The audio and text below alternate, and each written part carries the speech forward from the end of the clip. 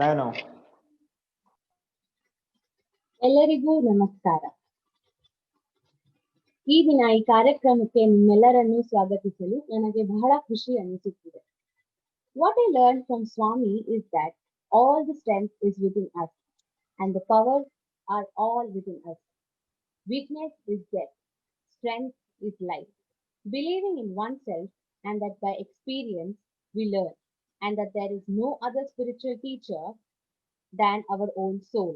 And to remember that the only sign of life is motion and growth, and not to give up and keep growing.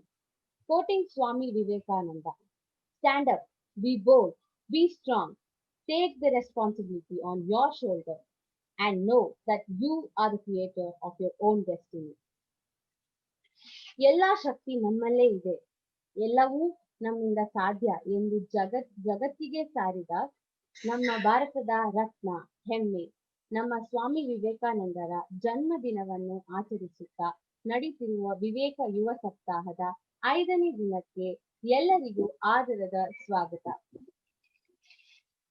ನಿನ್ನೆ ಸುಮಾರು ಭಾಷಣಕಾರರು ಆಚರಣೆಯಲ್ಲಿ ವೇದಾಂತ ಇನ್ action ಇದರ ಮೇಲೆ ವಿಶ್ಲೇಷಣವಾಗಿ ಹಾಗೂ ಹುಮ್ಮಸ್ಸಿನಿಂದ ಮಾತನಾಡಿದ್ದರು. ಅದೇ ರೀತಿ ಇವತ್ತು ಸಹ ನಮ್ಮೊಡನೆ 5 ಭಾಷಣಕಾರರು ದಾರ್ಶನಿಕ ನಾಯಕ Swami Vivekananda as a visionary leader ಈ ವಿಷಯದ ಮೇಲೆ ಮಾತನಾಡಲಿದ್ದಾರೆ. As this is my favorite topic, I am as well very eager to hear more interesting and new stories and information. Music is life. That's why our hearts have beats. ಈ ಕಾರ್ಯಕ್ರಮಕ್ಕೆ ಶುಭ ಕೋರುತ್ತಾ ತಮ್ಮ ಎದೆ ತುಂಬಿದ ಹಾಡನ್ನು ನಮಗೋಸ್ಕರ ಹಾಡಲು ಬರುತ್ತಿದ್ದಾರೆ Amita Bachchu. Over to you, Amita.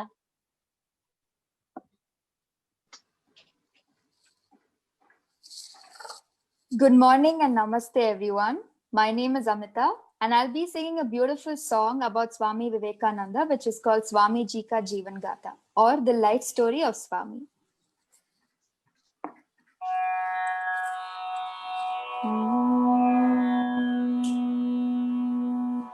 Swami ji की जीवन गाथा आओ सब मिल गाए हम, ये है भारत भाग्य विधाता इनको गले लगाए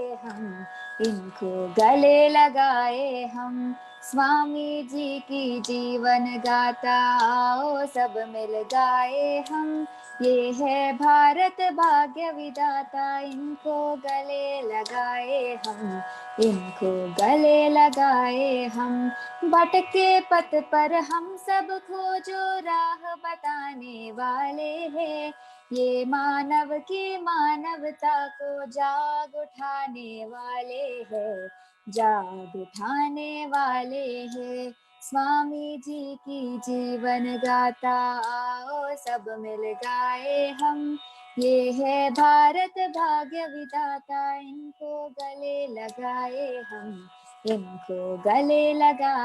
हम निज जननी के लाल नहीं जग जननी के प्यारे हैं, क्यों भारत तुम भूल गए हो अपने अतीत न्यारे हैं गौरवमयी महामाया के हम स्वर्गिक पुत्र दुलारे हैं, अमर रहो तुम धरा धाम पर भारत सदा संवारे हम स्वामी जी की जीवन गाथा आओ सब मिल गाए हम, ये है भारत भाग्य विधाता इनको गले लगाए हम Thank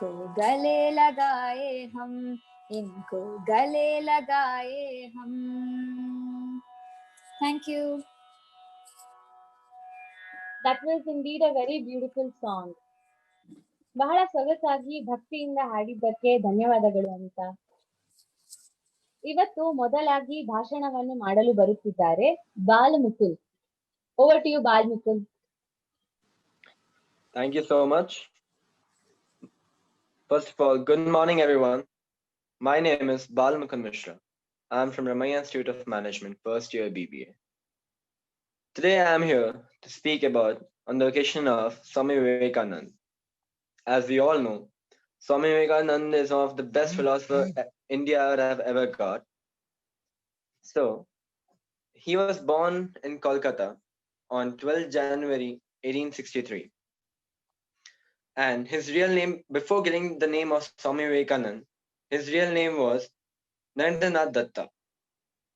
And he's like, we are here to talk about how he is to inspire people, how he is to delegate his work to people.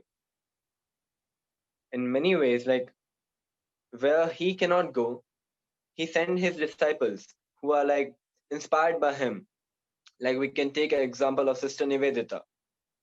She is one of the closest of Swami Vivekanand, and she's the closest disciple of Swami Vivekanand, and she has done like almost most of the things to develop our country, nation like India.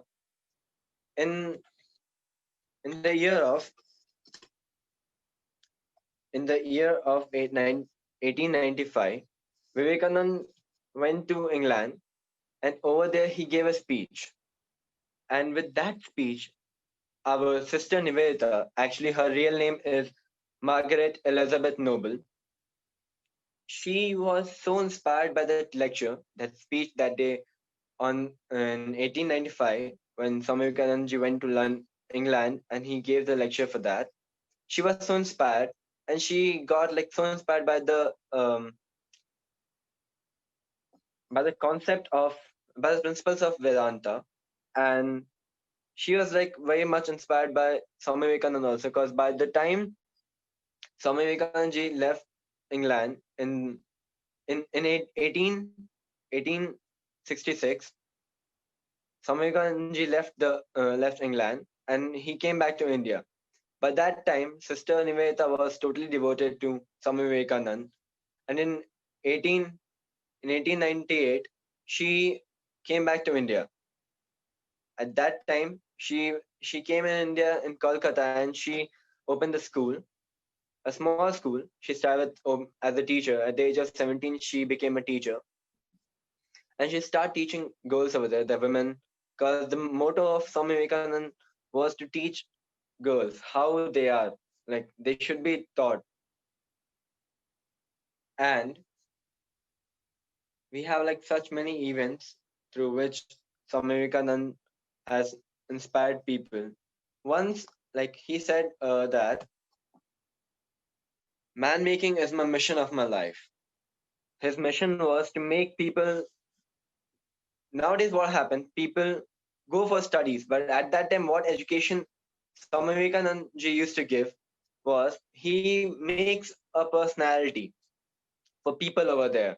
Whoever go and get inspired by him is all they have done is they were inspired by him by the personality. They were successful by the personality.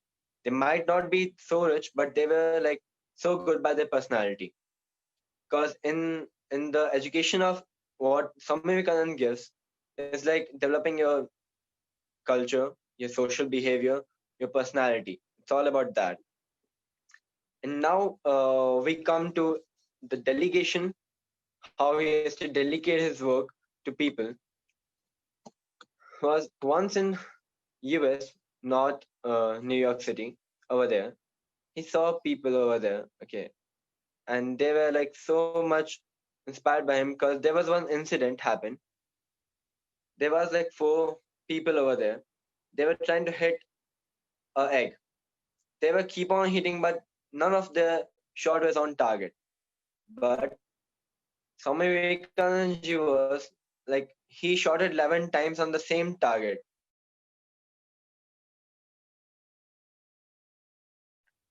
And without not even a single miss.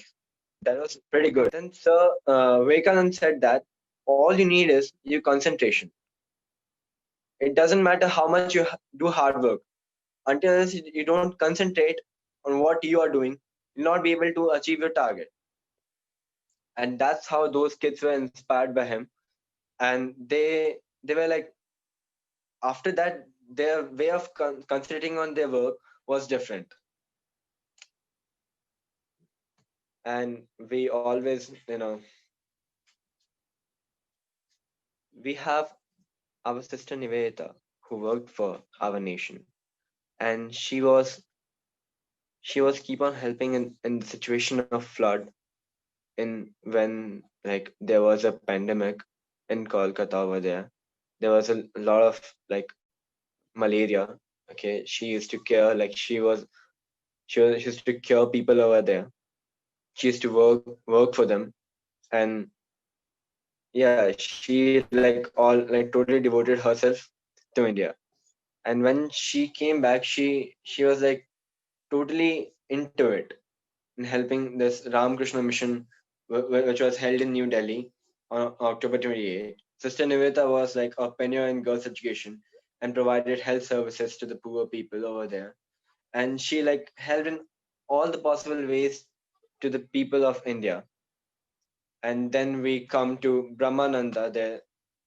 There are like many people who know about Brahmananda. He was like his original name was like Rakhal Chandra Ghosh, and he was son of Jamindar in Barashat area.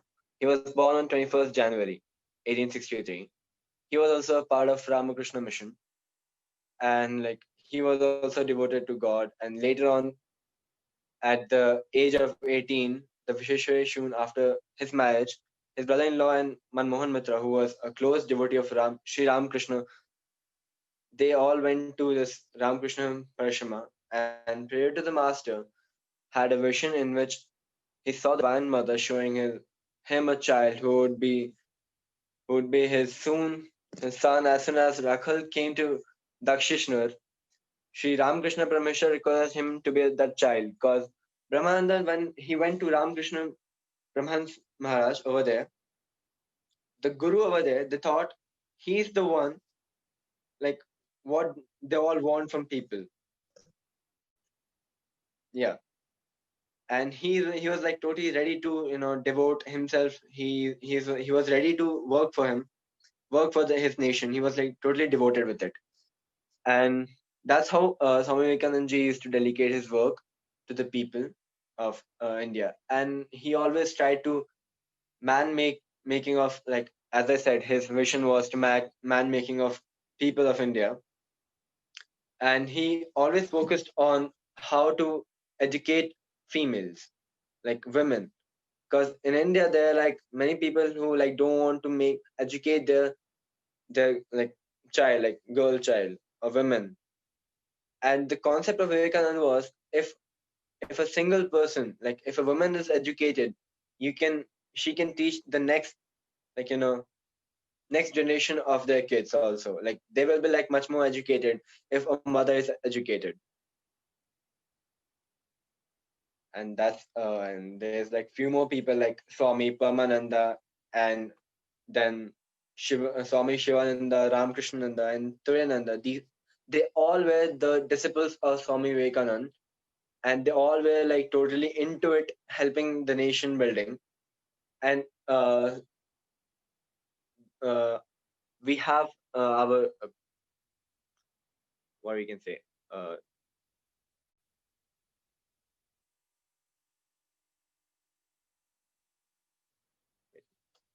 yeah. So Swami Turiyananda, whose original name was Harinath Chattopadhyay, he was also born on 3rd January 1863 in North Kolkata. So they all were like born in Kolkata, like most of them, like Swami Turiyananda. They were like 6 people who are like a part of like friends of Swami Vivekananda. They all were from the same place, and they all were involved in the Ramakrishna mission. And again, when we talk about the partition of Bengal in 1905, Sister Nivedita again gave herself like her level best. He objected not for like the partition of Bengal, because there is a movement called like Swadeshi movement, our own country movement. Like it's boycott of imported British goods in favor of domestical product produced handmade goods. So Sister Nivedita helped like across India, overseas, promoting Indian art and education to Indian women, like who are like not in India but still they are like, Nivedita was tireless activity and austere lifestyle, and this grade for her own welfare eventually caused her death to fail. Like at the age of 44, she died because of malaria while curing a patient in Kolkata, and that also, like, they came to love that lady, like Sister Nivedita. People of India, they started loving their sister because of the thing what she has done, what she served for India so much. At the age of 44, she died because of malaria. And the poet Rabindranath Tagore, one of her close friends, like they have told that close friend, like some of the sentiments when after her death, he referred like mother of people. Sister Nivedita was referred as she is a mother of like all the people of India, and her school is continued operation in the even now her school is like continued after her death. Even now, present day Kolkata under the management of Ramakrishna Shraddha Mission. There is an organization of Ramakrishna Mission founded by our one of the best philosopher Vivekanand in 1897.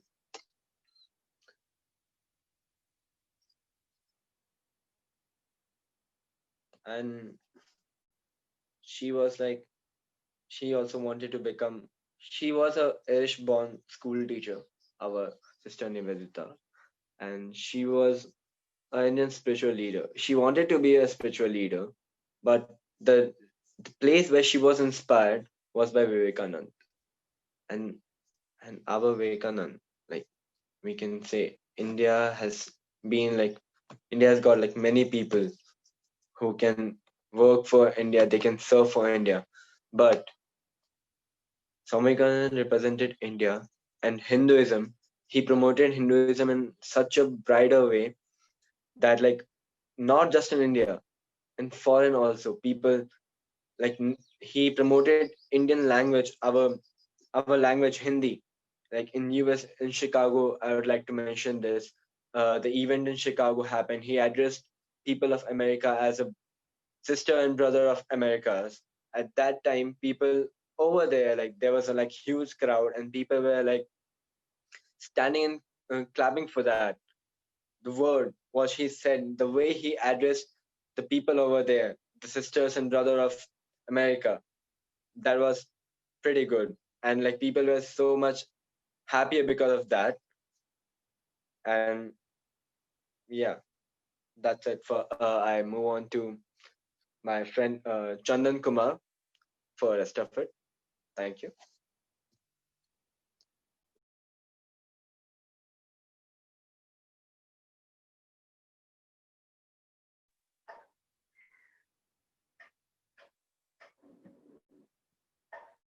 ಎಲ್ಲರಿಗೂ ನಮಸ್ಕಾರ.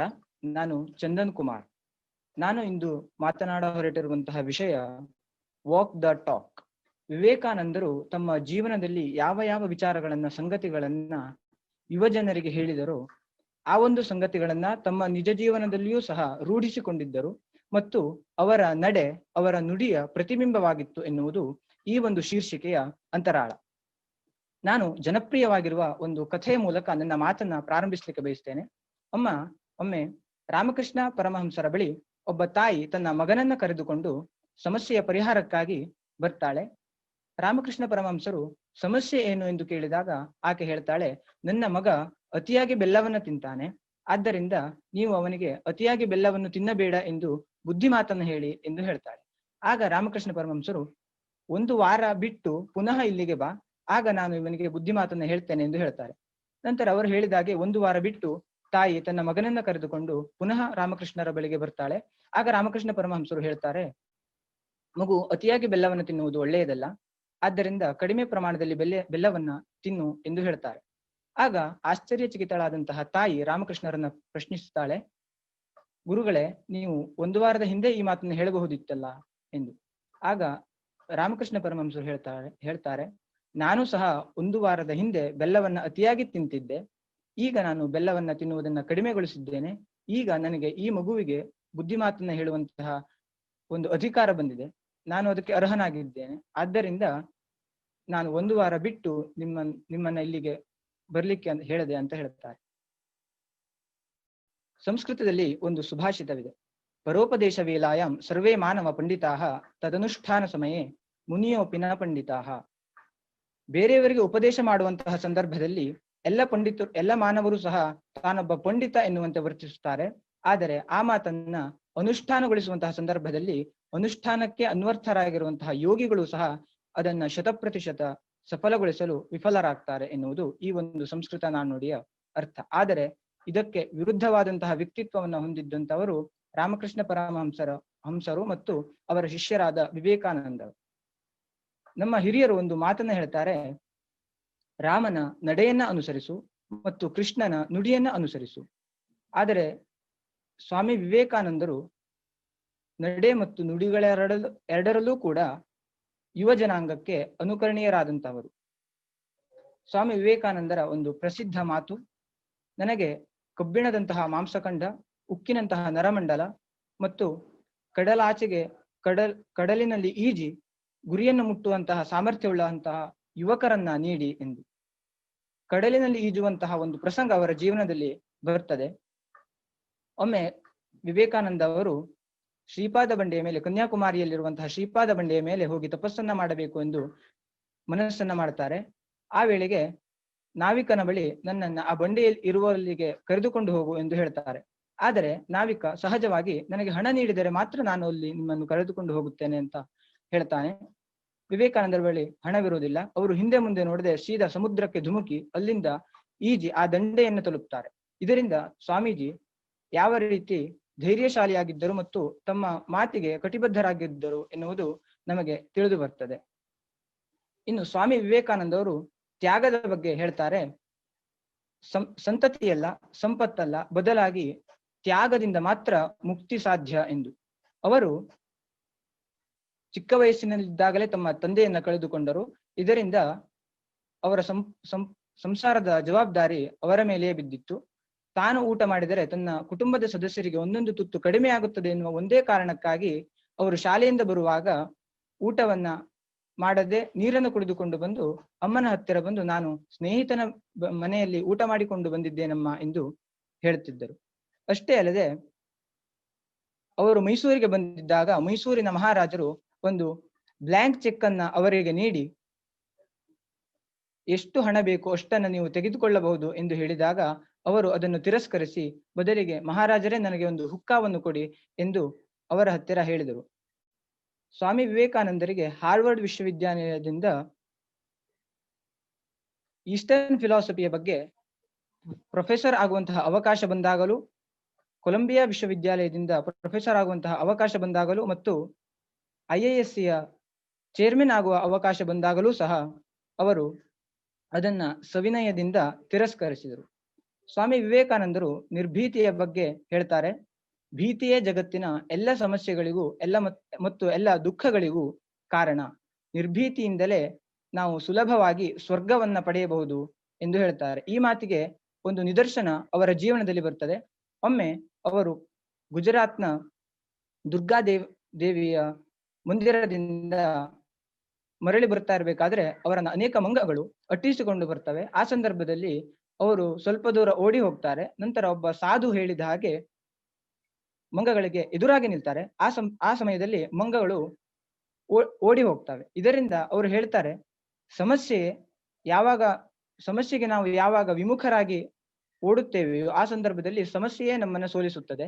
ಆದರೆ ನಾವು ಸಮಸ್ಯೆಗೆ ಅಭಿಮುಖವಾಗಿ ಸಮಸ್ಯೆಯನ್ನ ಎದುರಿಸಿ ನಿಂತಾಗ ಆಗ ಮಾತ್ರ ಸಮಸ್ಯೆಯನ್ನ ನಾವು ಸೋಲಿಸಬಹುದು ಎನ್ನುವ ಮಾತು. ಏಕಾಗ್ರತೆ ಮತ್ತು ಶ್ರದ್ಧೆಯ ವಿಚಾರವಾಗಿ ಬಂದಾಗ ವಿವೇಕಾನಂದರು ಹೇಳುತ್ತಾರೆ, ಯಾವುದೇ ಕೆಲಸವನ್ನ ಶ್ರದ್ಧೆ ಇಟ್ಟು ಮಾಡಿದರೆ ನಾವು ಗುರಿಯನ್ನ ತಲುಪಲಿಕ್ಕೆ ಸಾಧ್ಯ ಎಂದು. ಅವರು ಒಮ್ಮೆ ಅಮೆರಿಕಾದಲ್ಲಿ ಒಂದು ನದಿಯ ತೀರದಲ್ಲಿ ನಡೆದುಕೊಂಡು ಹೋಗ್ತಾ ಇರಬೇಕಾದ್ರೆ ಅಮೆರಿಕಾದ ತರುಣರು ನದಿಯಲ್ಲಿ ತೇಲುತ್ತಿರುವಂತಹ ಎಕ್ಸೆಲ್ಗಳನ್ನ ಗುಂಡಿಟ್ಟು ಹೊಡೆಯುವಂತಹ ಪ್ರಯತ್ನವನ್ನ ಮಾಡ್ತಾ ಇದ್ರು.